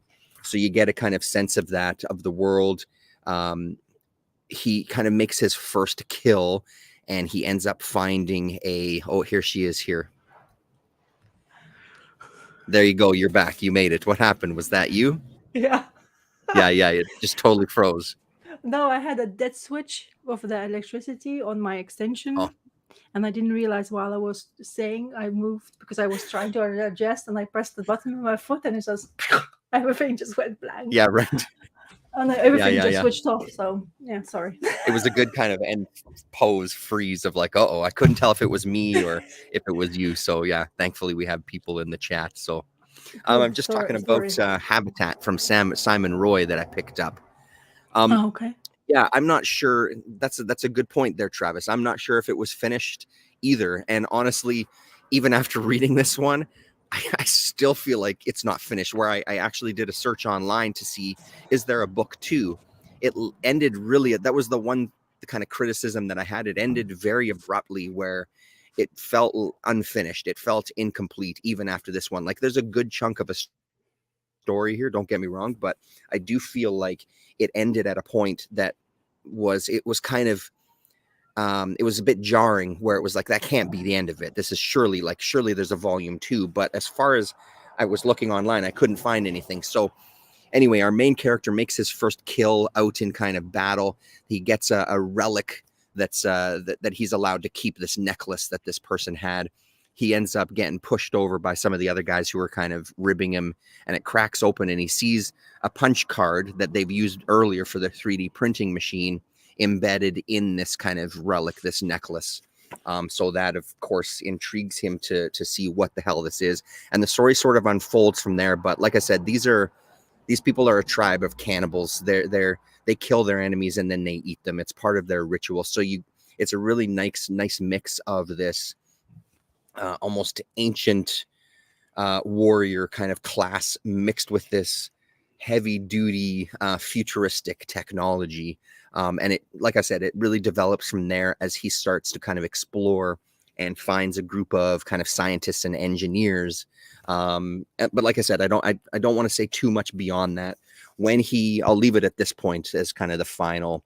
When he finally uses the 3D printer, it gives him the option to print actual weapons. In this case, this kind of, Star Trek type of phaser, but it has other weapons on there as well too, where their society is very much about like swords and machetes and these kind of things. So when he discovers that, and they discover that he's been utilizing it to print these things, he ends up having a struggle where he wants to keep it because it's a memento of his first kill. He ends up killing one of his superiors by blasting him because he doesn't know how to use it. So it sort of gets he activates it unknowingly through this kind of tussle. Really, really cool. And I really dug the ending. I thought it was amazing the way they kind of reveal a bigger picture of maybe who they are and where they are, even though they don't directly spell it out. It feels like there's so much more mystery to this world. But like I said, very engaging art, very engaging world altogether. I really enjoyed this. It took me, I kind of, because we had other things we were doing yesterday, but so 2 sittings to kind of read through it. But Simon Roy is a really cool artist, man. Like, his style is really great. And like I said, he's the only one that's credited. So I'm assuming art and color and story is all by him. Everything is by him. There's no colorist assistant or anything listed in the credits. So well worth it. But like I said, it was nice. This was $6 for this one in this kind of discounted room there. I'm glad I went to look in there. I don't often at Galaxy go to look in that room because it's kind of it's kind of off where they have some toys and things too. So I often don't go into the little room because the last thing I need to see is more toys that I'm never going to buy. But they do have this discount shelf. And like I said, there was a couple of Cinebooks on there as well too, which I'm kind of glad I went in this time because those you don't come by in town that often. So yeah, really, really good. Well worth the read. Travis is saying that all sounds familiar, so maybe they did put that all out. Yeah, possibly. I'd have to go back through those things. Like I said, I'm pretty sure I'm missing 1 or 2 issues from that Island series. Which Pope stuff are you missing? Do you have any THB? I do not have any THB, and I do not have any issues of 100%. No, I don't have anything of those at all. Have you been going to, since AFPC is here, have you been going to the Koch warehouse as it's closing up? We've talked about it before on a stream that the Koch warehouse in New York is closing. What? Yeah. The infamous. It was kind of like me and Colin had talked about it. Of like that's like our the place, the pilgrimage to go to the Koch warehouse would have been a thing to go to New York for, but it's closing. So it's closing, which is very sad. Why is it closing? I think the rent is coming up in the area. He was saying Comics Journal did a good interview with the guy. Joseph Koch, maybe is his first name, Joseph. They were talking to him about why he's closing. And one of the things he said, when they started in that area, nobody wanted to be there. It was a little bit crime ridden. The rent was very, very low. It made sense for them to rent it out. But now it's kind of getting, what's the word for it? When you kind of raise the value, I'm blanking on it, but it's kind of getting more expensive where he just can't afford to hold the space anymore. So I think it might have been AFPC telling us. Someone was saying that when they were last there was like pallets of books being shipped out, I'm assuming to different stores and things. Joe, sorry, Rent is on the table. Joe is the guy, Joe Koch. It's unfortunate.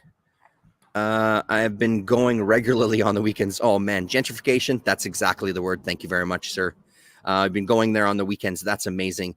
And from the videos that are on online where you can see kind of the warehouse, it looks amazing. Nothing is really sorted to the degree of like, it's sort of in rough sections, but it has always seemed like a place. Tony, why not Art would talk about it as well too when he was on YouTube. Yeah, it's too bad that it's closing. I hope that stuff ends up going somewhere that we can sort of access it to some degree, but it's really too bad that it's not going to be around.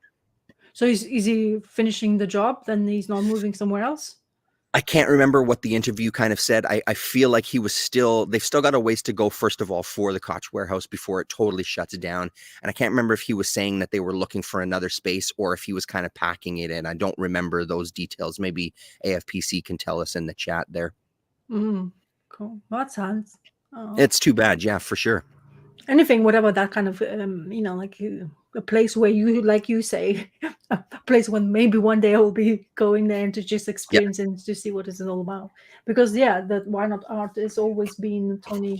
Just to dig around a collection like that. Like here in Manitoba, we have the Comics World guy. He's out in a town called Steinbach, which is just outside of Winnipeg. But he doesn't have that open to the public. He only sells online. So he doesn't have it open where you can walk into the warehouse. Plus, he also has an idea of all of his stuff is really expensive. That was kind of the final conversation I had with him. I asked him to price some things out, and it was all so expensive. I said, nah, I'm not going to get any of it. And he was pretty pissed at me, where he said, well, from now on, when you want to order something, I'm going to ask you for a deposit because it takes time to price stuff. It's like, dude, if you're not pricing stuff beforehand, I'm not just automatically buying stuff when you have an 80s book that should be 50 cents and you have it priced at $10. There's no fucking way I'm buying it. So he has this idea that everything is worth a lot of money, where it's just not the case. You're going to sit on that stock. But I feel like the Koch warehouse and Comics World are pretty similar in kind of size and scope, that I would love to be able to dig around in that place, but it's just not possible right now anyway. Maybe in the future. Angela Lopez, I'll see you all and we'll catch the replay later. Cool. Haven't seen any evidence of pallets going out to my eyes. The aisles are still packed with comics. Peter, who's been working with Joe for decades, thinks they'll be in the space through June. Okay, good to know. And then Lefty saying picked up some trades from cheap graphic novels website for their clearance and bargain bin. They have some good deals. Sweet. Cool. Yeah. What do you got next? Well, the one, the only, Yes. but then you can go. But then you No, have. go ahead. Don't you want No, to I mean, go? I don't. They're books that I don't have too much to say about. I'll quickly talk about them, but I don't have too much to say about them. I got a Okay. couple of Cinebook when we went to Yeah, you said. Galaxy. So the first volume of Nottingham, which is kind of a Robin Hood-esque story, which I mostly enjoyed. I found it a little confusing at times. The Sheriff of Nottingham in this one, at the beginning anyway, was Robin Hood.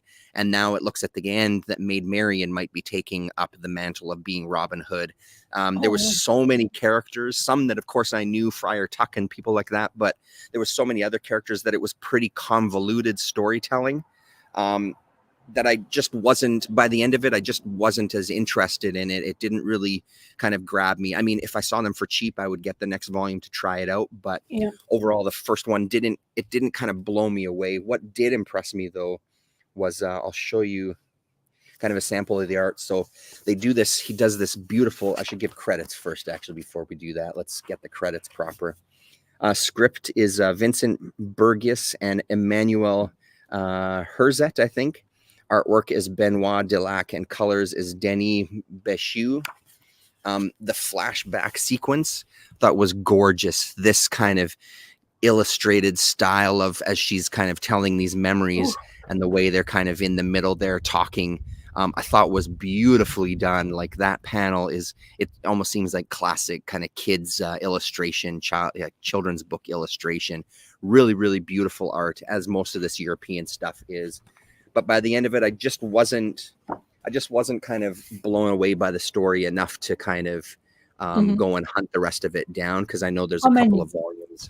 This is what year? You know how did this many one come out? volumes you have? It's 2021. I'm not sure how many volumes. I haven't looked on the Cinebook website. They do advertise the second volume on the back of this one, so there's at least two, but I imagine there's more than that. But yeah, again, it's the European oversized stuff, which is always good. And then the one that I haven't finished reading, I was actually reading it with my daughter, The Man Who Shot Lucky Luke, which I think is the newest volume of the Lucky Luke series. I think Earl Grey had talked about this as well too, and I think Paulo Costa might have mentioned it as well. This is a really fun book, very, very fun. The coloring is on point.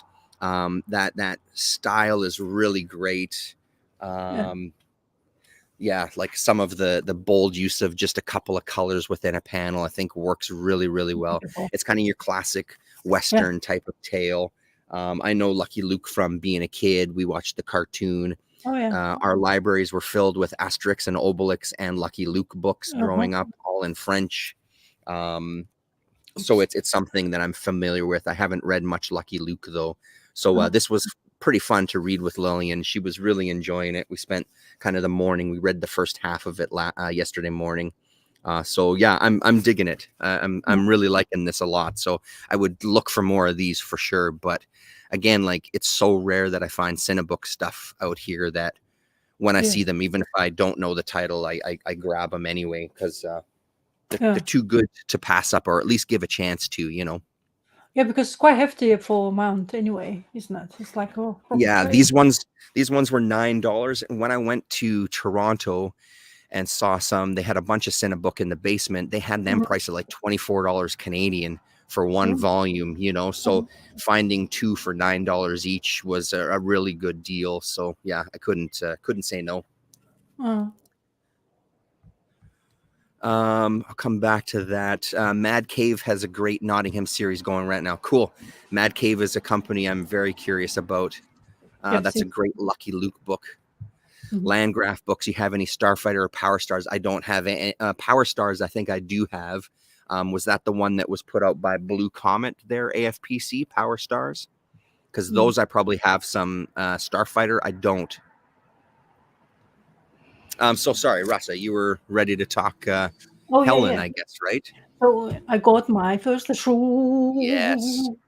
So like thankfully to my surprise, my comic book, I got hold of it. So I'm lucky enough to get hold of this. Otherwise, the prices on eBay are absolutely ridiculous. But first of all, everybody quite well, not everybody, but to me, Tom King is not like the number one choice of the writer. I mean, a lot. He's very popular. He's writing a lot of stuff. Even watching Terence Chavez's videos, I think you have like how many in the last kind of pull list video you have made. I think you have quite a few Tom Kings, and Tom King's producing quite a few books. But this one, I think Tom King's work even more helps me is because of his artist choice. So Bilquis Evely is an amazing artist to have on a book like that. Gorgeous. She has artistic skill to a level of a lot of people would like to be at, I think. Her perspective, her backgrounds, her facials, even maybe a face is a bit, maybe you would say, needs to be a bit more defined in different characters. Sometimes you can see similarities, but that's just a point of me to just to see what else could she be wrong about, but just to see from the my point of view. But she draws the hell out of the pages, and Yeah. it's so much like seeing you showing that through the video, but having it in your hands and looking through, it's amazing the skill and the level she's able to put this comic and show us, especially the time and period. I think that helps. I think she's really good at it. I think she did in Sandman work as well. I think in some of like a dream work, and I think one of the most impressive panels I think I've seen in that one, it was the library, the bookshelves and stuff, and her backgrounds are absolutely stunning. Now the storyline is intriguing. Okay, I really like the teenager, the drunk teenager, She's great. Who is for that period of time extremely strong personality for female. Of course, it does help that she's in a wealthy family, from wealthy family, even though tragic family so far, or whatever it is, whatever we know. I'm extremely intrigued this part where so basically this government who's already, I guess it's that our time now. He's interviewing her. What his job is? Is he a journalist? Because I don't know if I am understood properly what kind of, or is he just a researcher because he's such a fan of the writer? I think it's a researcher fan of the writer, and I think looking to do a biography. I'm assuming, but that's me assuming a lot. I don't remember know if that's a fact, but yeah. Tara was saying that she has an Instagram, and I'm a follower of hers because I definitely I love seeing, especially like when the artist using brushes and paper rather than digital. And I really do enjoy it. I think it just gives you another level. But damn, this page, so good, man. Imagine have original art of that. Maybe babies do together. It's actually really like the train scene. I like the color scheme for that. The nighttime, but the hazy blue color. I love that turquoise color scheme. Yeah, exactly. And then you have this. This is what you see. I mean, come on. It's like a what? It's not really. It's a castle, a tiny house is apparently for some. But it's absolutely stunning, and perspective and the bag. I mean, look at this stuff. I mean, it's jaw dropping, especially if you do dabble in art. This kind of thing, you're like, oh my god, that woman knows what she's doing. I really, as I say, I like the time era is been chosen to write this book in, especially the past. Apparently, not many knows the backgrounds of this creator's family and this girl in generally. Yeah, Tom King. Yeah, and but the butler or whoever I think it's a butler, isn't it? He's the one in charge, but he's so rude. Yep. I mean, he's working for the guy, and then you're working for her literally, like because she's related to the main guy, yes. But he's just like talking her out, and he's like, "Don't dare you touch this one." And then the best part of this issue, I think, was when she saw the cellar, and the way he's explaining about the cellar and how like precious vintage we have, and just telling me what kind of thing you like. And then the first thing she sees, she just basically starts taking them all, breaking the top off, and just like dousing herself with it. And so a lot of torment in the kid, and that you can definitely see it. So this is very like a good introductory point.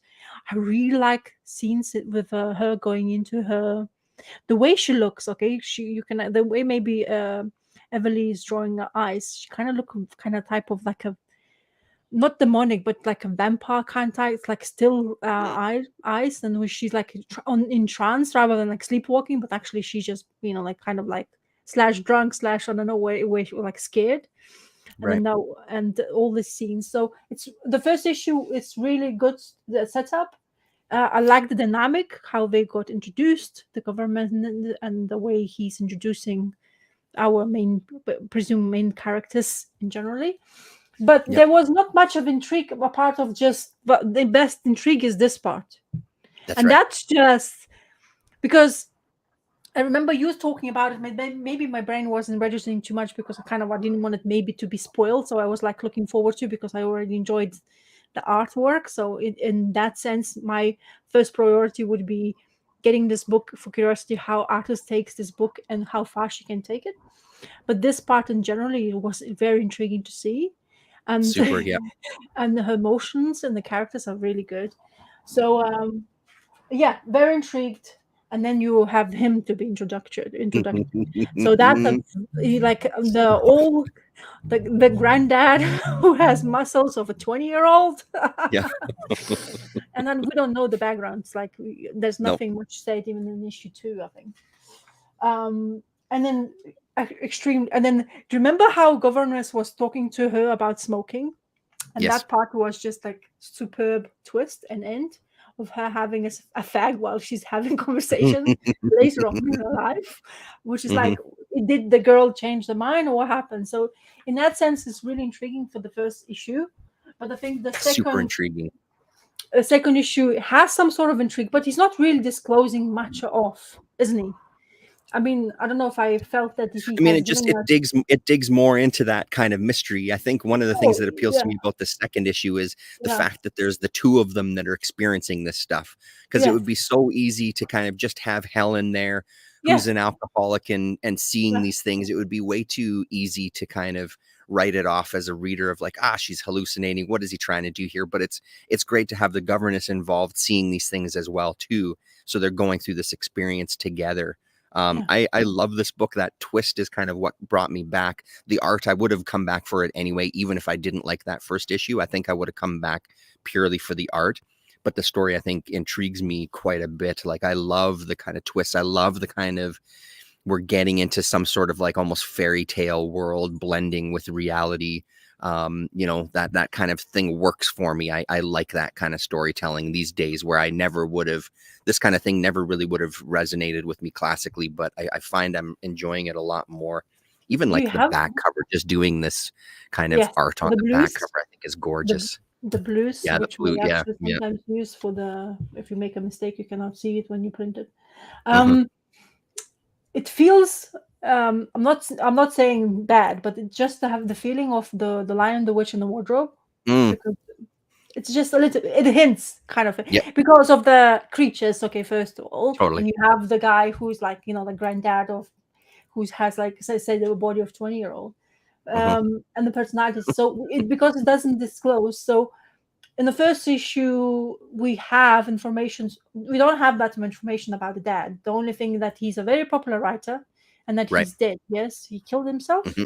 Is that, or he drank himself to death? What? I believe that's what it was. I think it was drinking himself to death. Yeah, I don't know if it's Okay. explicitly said, but Uh-huh. Because what's intriguing in this issue, we have slightly more information understanding how she grew up, the yep. dad, because he escaped this life, this huge, was tiny house as they call it, but he escaped it, kind of thing, to live his own life, and then now he has a daughter who has really bad memories of something, or growing up, or something really bad happened to her. Because, well, if he not lived in the house while she was young, because we don't know that information yet, I'm just debating this now, because I don't know where what's her, are we gonna get her childhood a bit more, or do you Mm, think they just, because that would be intriguing enough to understand what's wrong with her. Is it but the books and her imagination is that much, or because she has right.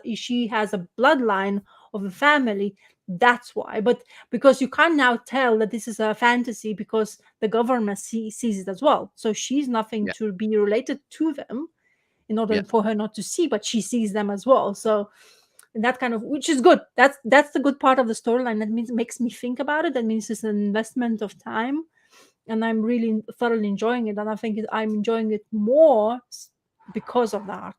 I honestly think it makes it more intriguing because of the beast she's drawing and then the way the scenes she's setting up with.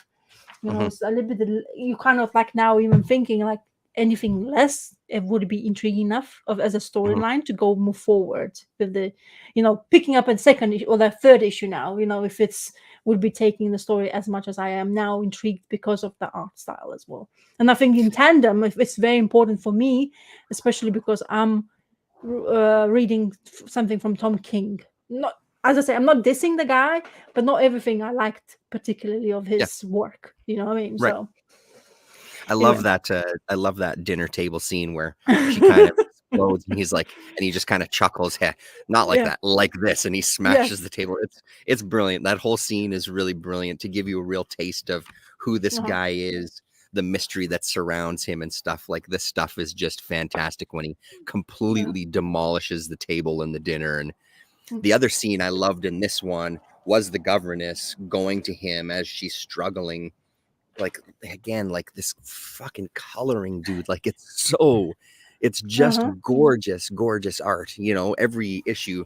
Be prepared for future chats when we talk about this. We end up saying the same shit every single time, but the Yeah. coloring is gorgeous.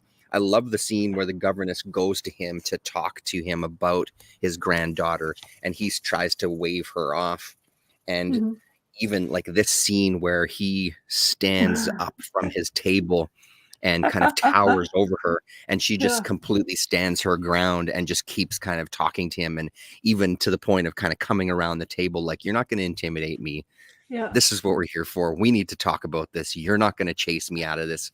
Really well done. I'm thoroughly enjoying this story in a big Yeah. way so far.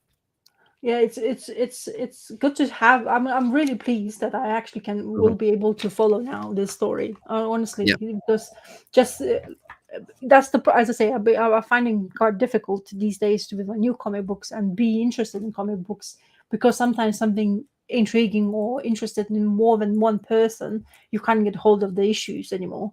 And that's Hmm. kind of like you have to be always on point, like you have to take a risk or you have to always buy, but like not always you can do so as well. And it's kind of sometimes just makes it frustrating when it comes to being Yeah. reading the new stuff, especially in the comic format. Well, And I especially at think, $4.99 an issue, right? Like that makes it difficult. yeah, yeah, especially. So is this 12 run that's what he's famous for, or is I'm not, not sure. Travis might know more because, like you, I because he's don't keep ordering up in the with front? kind of the Yeah, latest on some of these books. So because Travis might know how many this I is think supposed to be.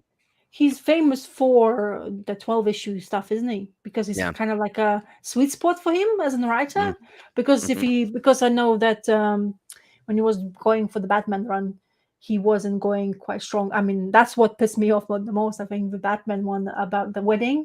Do you remember that Hufflepuff? And I was still picking it up, Batman, that time. Um, yeah. Yeah, the vision, it was fantastic. The The Vision vision book, was the what. Vision book was pretty stunning. I really enjoyed that book quite a bit. Yeah, Oh, so let's have said it's going to be a 6 issue run. 6 issues. Okay. Okay. Wow. But a very grand tale for 6 issues. Yeah. Yeah, 12 Yeah, inch, exactly. 12 issue Maxi is King's signature for sure. It Yeah, is. yeah, Yeah. exactly. Because that's what he done with Human Target, which I have not Human Target. Yeah, read. that was great. Yeah, I haven't yet. I've been looking to see if I can find somewhere cheap, because my library surprisingly don't have that much Tom King books at all, to be honest. It's kind of intriguing. Yeah, Travis is well, saying he doesn't have any idea. Yeah. yeah. Yeah, very intriguing. We'll Like go with Rick Ray on the 6 issue. There you go. 6 issues, not so bad. Actually, Yeah. wouldn't be not bad to wait, but honestly, for just art itself and for the amount of beauty you see in this by Emily Bilquist, so Brazilian. That's so nice to see a different flair, because you can have like whatever his background of the artist or his, it's still you have some sort of tendencies in the art as well. It kind of translates. So the guy who's coloring is Matthews Lopez. And Mhm. damn, I've never heard of a colorist before, but he's doing wow job. So Like have you it's seen books like that. I wonder how, like, it feels to me like they're working so closely together, because it really just translates well? it's like it's coming from one person, you know what I mean? Yes, So it because really that's feels like why I a really actually close thought. relationship. Yeah. Yeah, because I really thought that he's a Brazilian too. Oh, there you go. Mm-hmm. So good That's what happens when you have a good communication, translation, no problem. You Yeah. speak the same language. Oh, they That's are buds, he's saying. Yeah. So they're, whoops, that well, would make sense. Yeah. yeah. She was the artist on King's True Grit featuring Supergirl. Yeah, that's right. People were saying that when we talked about issue 1. And I'll they have to check that also out for sure. they also said that Supergirl was into drinking as well. So is Tom King Oh, has been through something? right. Why his main characters have to be a bit of a drinkers? Yeah, yeah. A bit off kilter. Yeah, I wonder. It usually Who doesn't translates like well. a good drink now and again?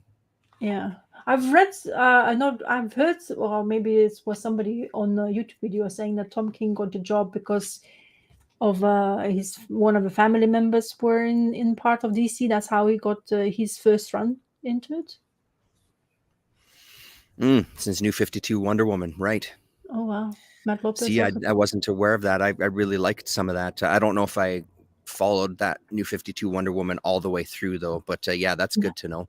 I yeah, was loving that book, that Wonder Woman. yeah. So I mean, this is definitely. I'm glad to be getting this and really have. Yeah. Oh, there you go. His mummy was the Warner Bros. Executive. Mm, Really helps, doesn't it? mhm. He had some um, dirt on people at DC, so he got in there. well, but because No, I he don't has know. the first thing he's the first we heard of him was because of the Vision. Yes, that's where he's. I mean, that's where I first heard of him. I don't know what he did Yeah, before that. I I assume don't he know. was I doing something, but didn't not. that was my Yeah, first thing from him. yeah. Anyway, Oh, okay. Right after the New 52. Okay. cool, That's why cool. that's not familiar then. Yeah. Anyway, so far I'm intrigued. Let's hope the ending is landing the ending really well. The Vision, what I was in. I read it and I absolutely loved it from the beginning to the end. And you actually managed, in my head, the ending was really well done, and I really like the psychological things. And one day having some or psychological issues as well with a female. Interesting. Mm. Maybe that's what he has. Anyway, I'm just digesting and dissecting the writer. Yeah, so I think what other book he was doing with I was picking it up, and I think was it in the DC? I don't remember. That's the thing, how much There was there I was a ran Mr. Miracle that he did as that well too. that Yeah. I was Yeah. reading, and that I don't think was I fully loved what I read. I think that's what it was. Yeah, Yeah, Gabriel I really Walter I is really what. liked Human Target as well. Like I really enjoyed it. I think there Yeah, wasn't a surprise. It wasn't a surprise the way it ended, but I yeah, really enjoyed the journey for the which I most have not part. And read. and for me, it was Greg Smallwood was the like, I like The the writing, I like driving the story, force. but Smallwood was the draw for me on that one. Did you know that he's doing the cover for this? Oh, I didn't know that. No, because this is one of the rare books where at Galaxy I don't see I don't see the variants. Cover C by Greg Ah, Smallwood on here. Because I know you like your Greg Smallwood, and I I mean you like sure your do, man. covers, so you Yeah. hopefully can Yeah, and see it. that shop always has variants, but for this one, they just all they had was this cover. And I went. Did I go on Wednesday? I can't remember what day we went. It might have been Yeah, Wednesday. I'm pretty sure it was actually, because I really wanted to get this. This was the only cover that they had, even on the shelves. Like, they had this in the pull box for me, but even on yeah. the shelves, they only had that cover. So I imagine that's because the other ones maybe sold out. I don't know, but Hmm. The correct. I'm still intrigued to see how if I can get. I mean, I'm cheaping because I'm being picking up more single issues comics lately because there's intriguing more new titles coming out. So that's mhm, why I would never even committed to getting the Human Target because I was hoping I could get hold of it for free somewhere or very cheap, but not right. lucky yet. Yeah, Rorschach I didn't read either. I'd heard No, some mixed things about it, but I didn't even try out an issue of that one. no. So yeah, because now he's like, because of his more successful runs, is that 12-issue maxi series. That's what he's known for. That's why I was thinking maybe in the Dark Horse, but Dark Horse is not known for that kind of Right. long-winded kind of thing. Then they give you a chance to. I mean, Dark Horse is always trade. Okay, 6 issues, and Right. maybe then you can continue afterwards because it's If anything, they do a volume 2 that's yeah, another 6 issues. If he does want to go for his 12, you know what I mean? yeah, They'll do yeah, the 6 and 6 yeah. so they can have another number 1. One thing I'm intrigued to see how far and where we're gonna get, because I'm really curious about this governess and of Mhm. course the kids, the drunk kids background, because that much drinking, maybe because of course psychological she's not strong enough, but then she was living with somebody who's fantasy and also not strong enough and mentally, so I don't know, maybe Mhm. that's what would be come into play, but to Well, that and extent, you also had the grandfather's perspective of like, I went through the same thing at her age. I yes, came out of it just fine. You know what I mean? Like yeah, that generational thing of like, whatever, she'll tough through it, and not acknowledging kind of the pain that his son was going through. You know, I found that intriguing as well too. Like, so yeah. But that scene with the her confronting the guy who basically employed her, and then afterwards Mhm. she's regretting every word, and she's waiting for him to come and just sack her, and she's like, I don't know what's gonna happen now, and then nothing Yeah, yeah. happens, and she's still guessing. It's like, oh, why did I say that? How much? Why was such a strong feelings for myself? He So feels like a guy though that would appreciate that kind of strength. You know what I mean? Even in the yeah, 2 issues, he doesn't feel like a guy that would be insecure about some of that stuff. He would actually, that would resonate with him. You know? yeah. It seems to be that his physical activity is what helps him psychologically to go through it. Mm. Do you know what I mean? So he's kind of masking that away with something else. So makes his brain work in different kind of ways. So Mhm. preoccupies himself. But yeah, I mean, I knew she's a great artist, but you know, like seeing her in the actual comic format is absolutely fantastic. Yeah. It's really cool. So she did some Sandman stuff, or I'm just or two detectives, though kids detective series from also Sandman. What do they call Oh, it? right. Yeah. Right. Uh, Right. Right. it came out, isn't it? I'm not going Yeah. mad. Yeah. Yeah. Yeah. Yeah. I should have a look at though, because I was reading that Dead Boy Dead Boy Detective. Thank Detective. you, Rick Ray. Yeah, that's the one. So because they came out with the new ones, because they're doing TV show. You are Yep. oh yeah, and Travis says Sandman as well. So I was Hmm. correct on that one, because that's really good for her. And then that being that popular, I guess she's gonna be sought after artist. I think she already is sought after artist, being this good. So, but yeah, I wonder what's next for her, because this is really Hmm. good. And then I guess her strength is fantasy, because look what she was doing beforehand. Hmm. Although she did superhero with the Supergirl. Interesting. I'm gonna have a That's look if I can. fantasy enough. Yeah, sure. But that it seems to be that this era is really strong points, like architecture wise Yeah. and all that stuff, and the period, like the way they dressed, and all that kind of stuff. It seems to be her. Looks really good. Every time I look back, like, that's really pretty. It's a Hmm. good thing in the comic books. Makes me excited about it. Totally. Oh yeah, Yeah. Stellar cover design and everything too, right? Like, yeah, I'm on with this one for sure. the Dead Boy Detectives Just TV show beautiful. is coming out as well. Oh yeah, I don't when know. does that come out? Soon. I don't know if maybe this year, but I'm not sure. But I've seen some like snippets of it, like like images of it. I'm not saying, I don't know if they have the trailers or anything, but I know there's like cast. They look quite old, the cast members, because that boy Mm. detectives, they were quite young, and as far I remember, I've seen them in the comic format. Hmm. But the actors they picked up, they quite looked older than what you expect. Maybe it's just the way they will be.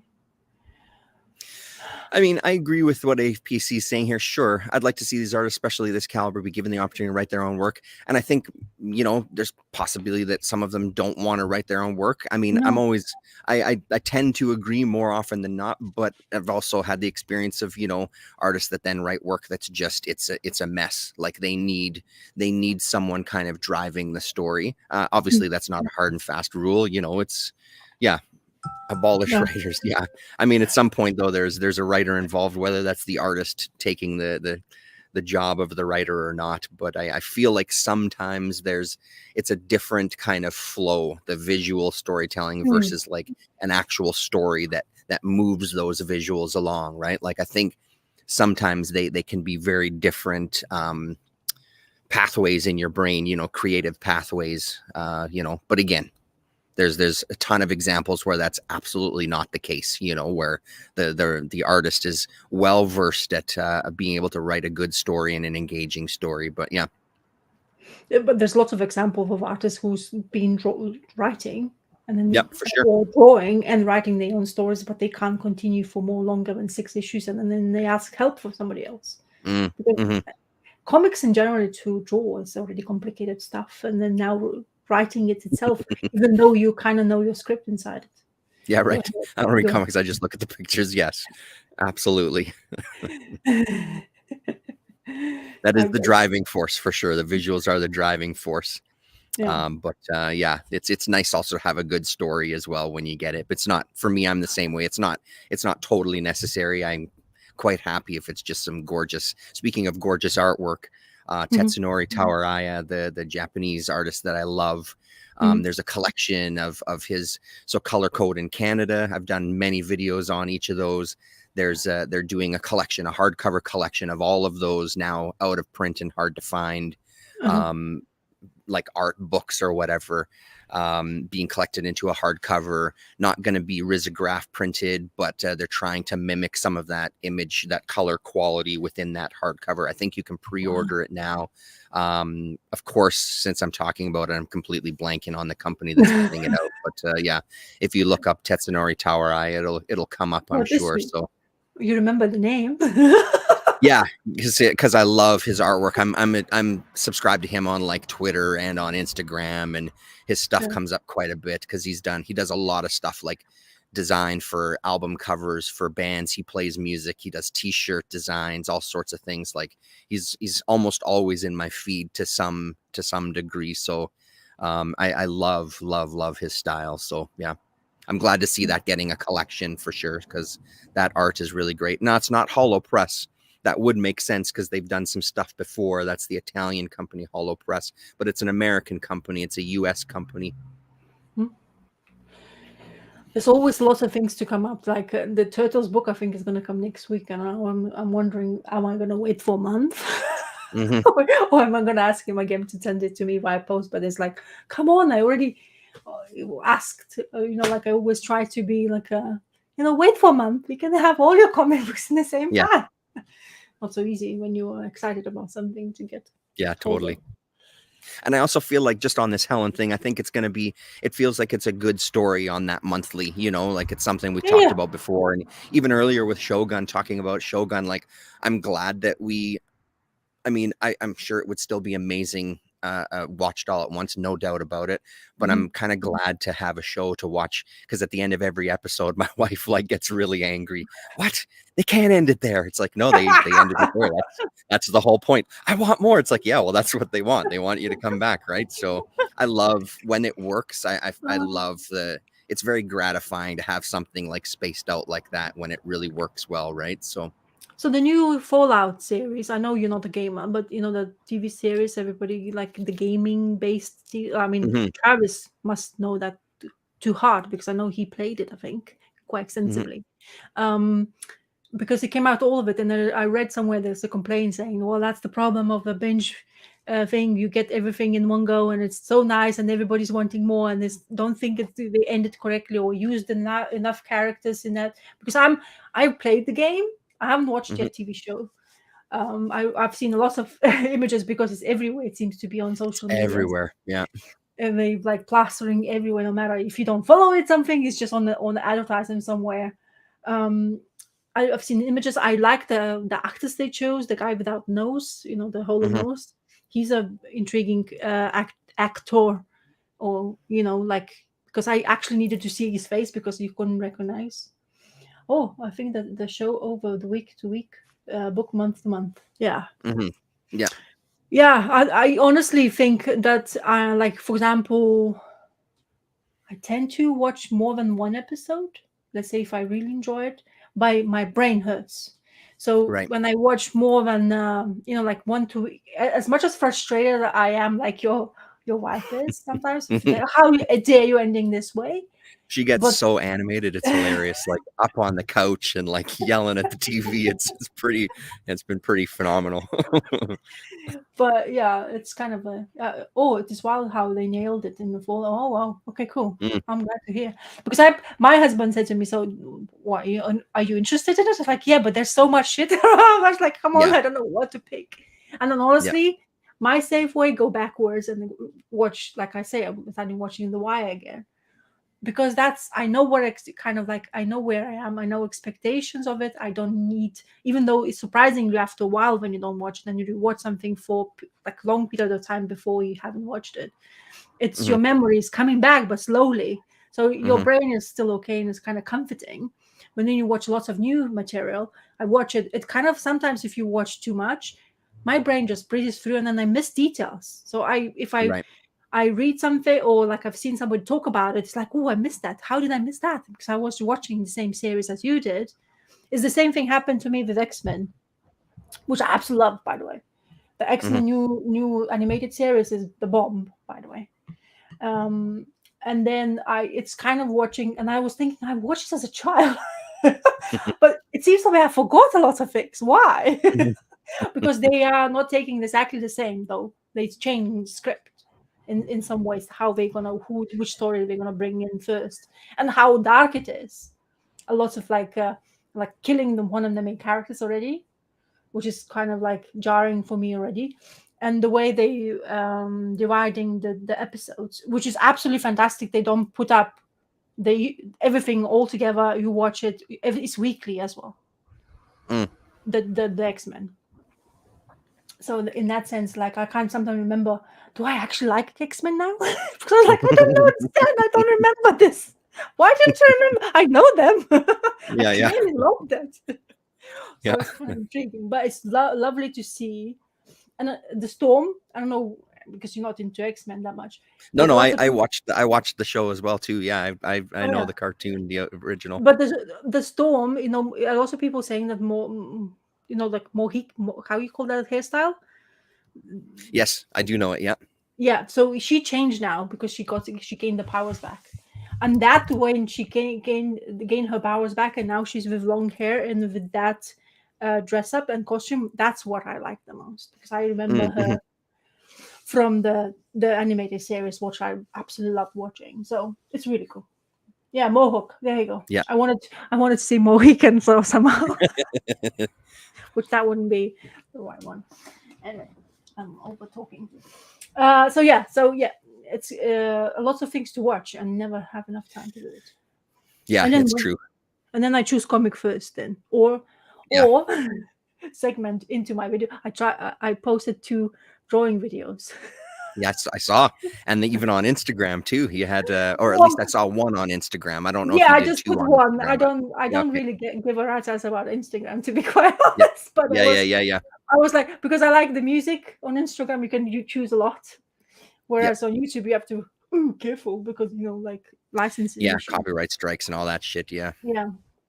Anyway, so yeah, but actually, because I know I used to like doing that, but I remembered how different it feels when you're drawing it, because something is there, which I Uh-huh. have to have above my There's more head. pressure. Not maybe, but it's also it's like, I don't know if it's gonna come out well.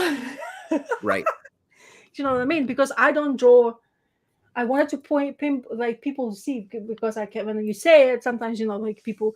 I don't use pencil, and there's the whole point of it. So I put even extra, because I find that even more. If I'm gonna commit to something like that, to draw often, I was like, I don't want to spend too long time, because I don't have that much time just to sit down and just doodle for like 2 3 4 5 hours.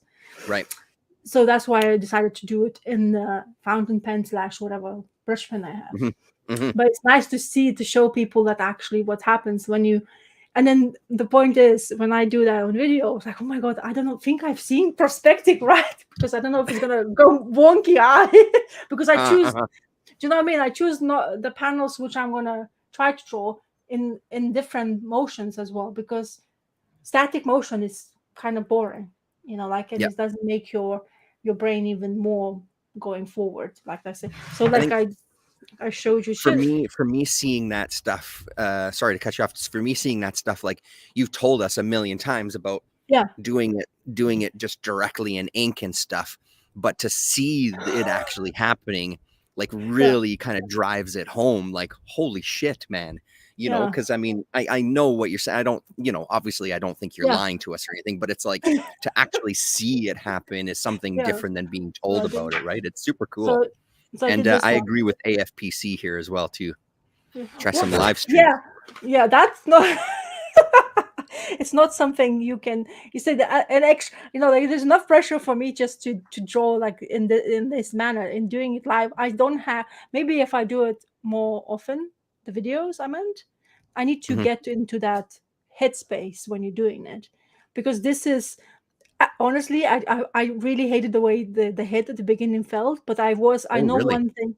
Yeah, yeah, yeah. Because I know one thing. Go, just continue, because you need to see the whole picture first before you can Yes. judge it. So I was like, brain, shut up! I'm just drawing, and it's supposed to enjoy myself. Yeah, right. So Stop yeah, criticizing me. yeah. And there's lots of. Of course, we lost the one. Was it who's the guy, the Korean guy, the artist I know who you're who talking about. Yeah, I don't remember his name, yeah, but I who know died who you're from talking about. the heart attack. Phenomenal Yeah, artist, and man. he's the one who basically one which is inspired a lot of artists Yeah. lately just to do the way what he's doing, and he doesn't need the references. His references Mm-hmm. was his brain, Mm-hmm. and that's the genius in itself. And lots of people are trying to kind of like get in that mode, because it does save shit loads of time, to be honest. If you scribble and scrabble with your pencil, then you kind of like go over the lines, then you change your mind. In here you don't have time to change your mind, because you Commit. using ink, like ink. Yes, I do have whiteouts, but it's spotting for you, you can see it. But Yeah. for me in this picture I chose, because of the motion she had, she looked so worn down and she's still running. And like I It was just tried such to a good portray, issue, man. and then I tried to portray it. So, and yeah, so if I can do that often, and I think if I do it kind of, as I say, get my brain in a safe space, like in that sense. So Oh, hold on. Don't go past that. What was that one? Go back one. that's the first one I did. That's Usagi, Oh, the yes. crow. Okay. That's the first Oh, video that's I nice. posted. And that's Usagi beforehand, but I didn't do the video for. Yeah. Awesome. Yeah, so as I told you about the lines, which you can basically Yep. cross over, and then you have no choice but just leave it there. And of course, even drawing Transformers, which is not something I could, Oof. but it's it's the Jalen Warren Johnson stuff, and another sacrifices of that dude. Yeah. Sweet. And what else did I do? There's a few more. Fables. I really like this one. Killer. Yeah, that's really good. That's the really nice Willingham's dark lines, which is he likes to use bold. And then you have Friday, Oh, very good Friday. picture. That's coming out. Book 3 comes out soon. Oh, is it? Cool. Yeah. And then, of Can't course, wait. Corbin's Hellboy. Mm. So, yeah. Sweet. Oh, it's Hellboy's. Oh, no, Hellboy. No. Corbin's new book is coming out, isn't it? I think so. Yeah, it's coming That's, out soon enough. that's a good scene where they sat on the toilet, passed out completely. Mm. Yeah. So that's the one. So you hopefully see more often me doing that actually in the video. I'm Yep. not promising live though. Yeah. You got to do a Well, collection. oh yeah, because the thing is, that's the whole point of me doing them. Oh yeah, that's the Kaya one. That's a good one as well. Oh yeah, right. I need to draw another Kaya, because this is supposedly me keeping to know what I'm been reading. Night Fever, which I absolutely did. You still manage to read Night Fever or not? I have not yet. No, I haven't yet. I really One of should, but the fantastic Phillips. if it's not And Brewbaker's Friday, I'm just not. I haven't been chasing it because I'm anxious to get the next volume of Friday. Can't wait to yeah, read that. this is worth the time. It's not even. Mm-hmm. It's not the biggest format. It's not the I'm sure I'll thickest. find it used somewhere at some point. I feel like there's so many of those printed that I'm bound to find it cheaper somewhere. in my hunts. Okay. Start to think, then I sink into the paper like I was ink. When I'm writing, I'm trapped in between the lines. I escape the finish. The rhyme. Then I finish the rhyme, or in this case, drawing. So yeah, so it's nice. And actually, because I posted the reel, funny enough, I don't know what happened on Instagram. I got more traction on the video. So Oh, nice. That's awesome. yeah, so it's nice. I mean, maybe I have to do both, because on Instagram the artists are the whatever that formula they use in the Instagram. The artist is the least they care about. So all the Right. people who has done it, because you don't whoever you have as a followers can see straight away, but the ones like to put you in the whole wide world of Instagram, it's very difficult because you just get lost in translation. So if you don't get enough, so people are starting to, like, especially artists on Instagram, becomes like, why would I bother, because I know not many people see my thing anyway. Or Right. you have to be extremely popular, like the ones who has like whatever followers they have on Instagram. But I thought, like I was kind of in that moment, I was like, because of the music, I want to talk. Let's see the different type of music and see how that feels in that short clip I did. Yeah, if you ever do a collection, make sure you keep it at that same size, that same format, that kind of little square bound. Oh yeah, that you mean this one?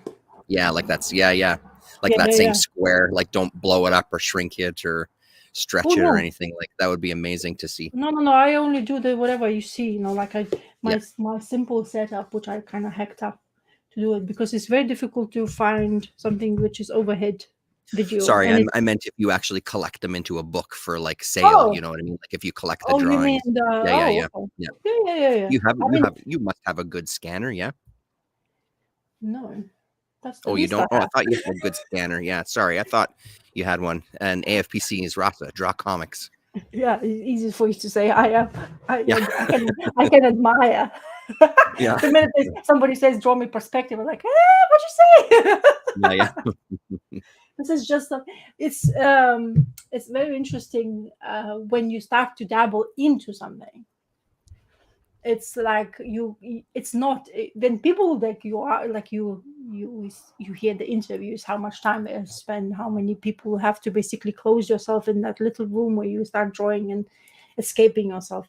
So these videos, which I shrink sometimes because of the like format, I don't want to make long ones, so retain attention as much as possible.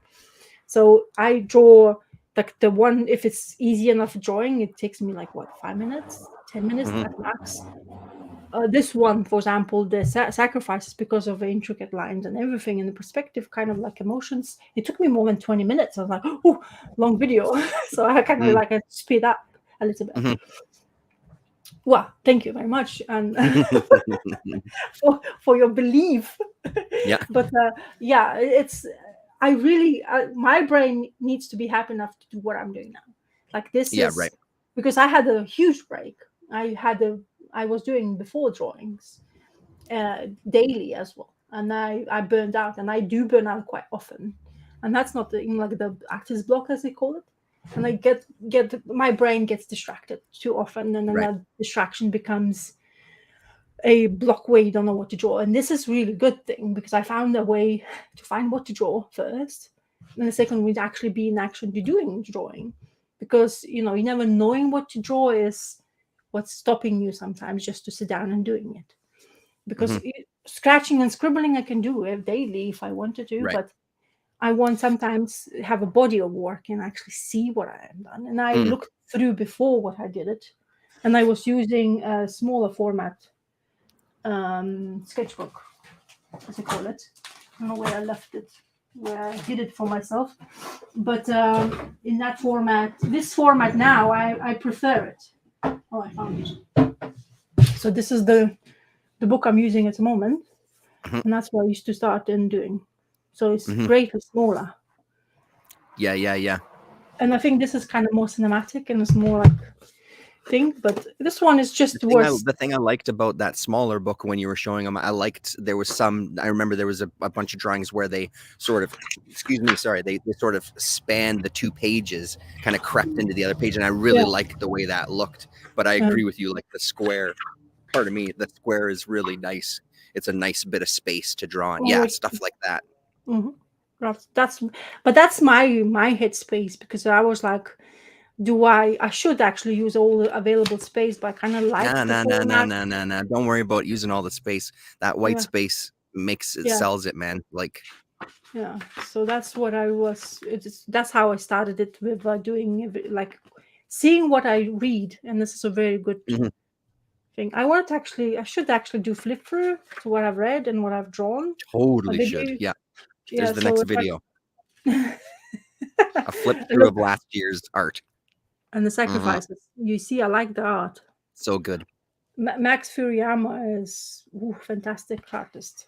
So I'm looking. Actually, I was thinking to do the Bilquis Evely thing, because I like it, and I really like the motions, as you can see. I really liked hers looking up, which is not really easy. Get that thing going, or crazy as the Joker was from the Batman last night. You're right. When he was scared in his lantern, which is funny and tricky. You see, that's what reminds you of, like Hellblazer, Garth Ennis and Steve Dillon. You know, so something that it's not always I catch the whole way of the artist, right? But this is the funniest thing ever. So people go read her. Fun girl. So funny, isn't she? The best. Yeah, the best. Yeah, and Batman Adventures were cool, like Eastman style of turtle. Actually, not bad. It came out not so bad. Like very similar to that style. And the Batman Audio Adventures were fantastic, isn't it? I'm still thinking about it. But I really hope there's more of that comes. The audio adventure stuff. Most successful single line face drawing I've done, because Bastien Vives is known for just like one line drawings, and that's the most difficult one. I find that absolutely more. Your brain needs to be like calculating a bit more to see if you can like your hand can listen to the same thing. And Tilly Walden art style is really cool as well. My daughter just read Tegan and Sarah High School is what it was called. Tilly Walden doing the art. She loves the book. Like, Tilly's got a new Uber fan in Lillian for sure. There's another volume coming out later this year. I think October is when it comes out. I don't remember what it's called, but she loves that book. She's read it already a couple of times. I was hoping to get her. She's actually chatting with some friends of hers. I was hoping her to get her on the stream today to talk about it, but maybe tonight I'll try to record something with her and play it at some point. That's cool. I'm one of my favorite DC working artists is Max Saren. Does Poison Ivy Harlequin really well. This is one of the best panels I really like drawing because of expression in the face. And it's really beautiful to look at. As I say, this is very good. That's beauty. Now even scrolling through is like, oh yeah, look! I was reading Sacrifices in 2023 September. So one of the first ones, you know. So yeah, it's great to journal that stuff. I think you know what I mean. Like, it's fun. Yeah, exactly. So, but yeah, one line things and the Eastman and Turtles is there because I've been reading through them. That pigeon is hilarious. And Batman Audio Adventures. Sweet Mother Mavis. Yeah. Anyway, so yeah, but I definitely think this is nice format book, and it's chunky, so there's lots of things I can fill up. So yeah, as I say, I'm just doing spontaneously making myself doing the extra videos as always, but I rusty like hell when it comes to posting it on YouTube, like, because this is easy. You talk, you switch off, and you forget about it.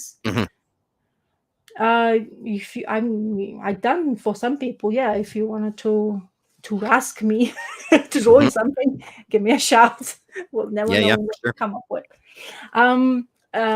So yeah, so it's so rusty. I don't know, where do I go? But then I remember you have your studio. That's where you go through if you do it from your phone or if you're doing from your thing, and how much space it takes to actually upload it and how long does it take to up. I was like, oh my God, that's a lot. I forgot how much job we have to comment. Yeah, that's why honestly, like the live stream is the easiest for that stuff because, Oh like you yeah. said, you just set up the camera and you just go, and you don't have to worry about editing. You don't have to worry about uploading it. It's there. You know what I mean? So But also don't like the people who actually keep up with the schedule, like kayfabe, let's say now yeah. videos. I know what people do is pre-upload, and they don't make it public, and then hmm they want to post it, click the button of the public, and everything's ready. Here you go, you're on time. Yes, but hmm then you have to pre-think that, like how That many videos you have backlog. to make it just to get the backlog, like you say. hmm But yeah, anyway, I'm just excited to just putting something out, honestly, and I'm glad I am doing it rather than just saying I'm going to do it and they never go for it, because hmm it's kind of just, if people wants to see how I do it, and if you watch it, it's great. So As far as this one, their AFPC, I'm thinking about some stuff, not necessarily comic, but the creative thing that I've been into lately is doing some coding, and I'd love to oh try yes, to animate some of my drawings. I would love to try to, once I get better at the coding side of things, because I have a Mhm. lot to learn. I would love to do like short videos and things, and do some of my own music along with some of the drawings and things from Mm. sketchbooks. I just don't have a hardcore drive to do a comic. I have more of a drive to do some of that Mhm. other creative things, like I would love to do videos for some of my music. I think would be a lot of fun. Yeah, whatever it is, do it till you're satisfied. Yeah. Yeah, and that's something we've always advocated, on these chats, is like that creative output is, for Mm. me and for you, I think I can speak for you. It's necessary, like that Yeah. really helps kind of, to have that Yeah. output and have that kind of space that you can get into, right? Oh yes, as always, it's escapism for me more than anything from the brain, and you concentrate so much on your work, what you do in a piece of paper, your brain just like switches off from whatever you're doing Well, or and just to whatever be in that space of enjoyment, like there's just a pure yeah, enjoyment that comes from it, right? Like it's really just, yeah. it's just, yeah, just blissful. But the thing is, or like a drawing wise for me, it's like from blank to something, and then look back on it. It's like something I never thought I needed it beforehand, but now it's like if I do it, and I know when I look back on it, it's even more pleasurable because of it's like I did it. Like Mm, sometime I decided just to sit down and just put this, and then yep.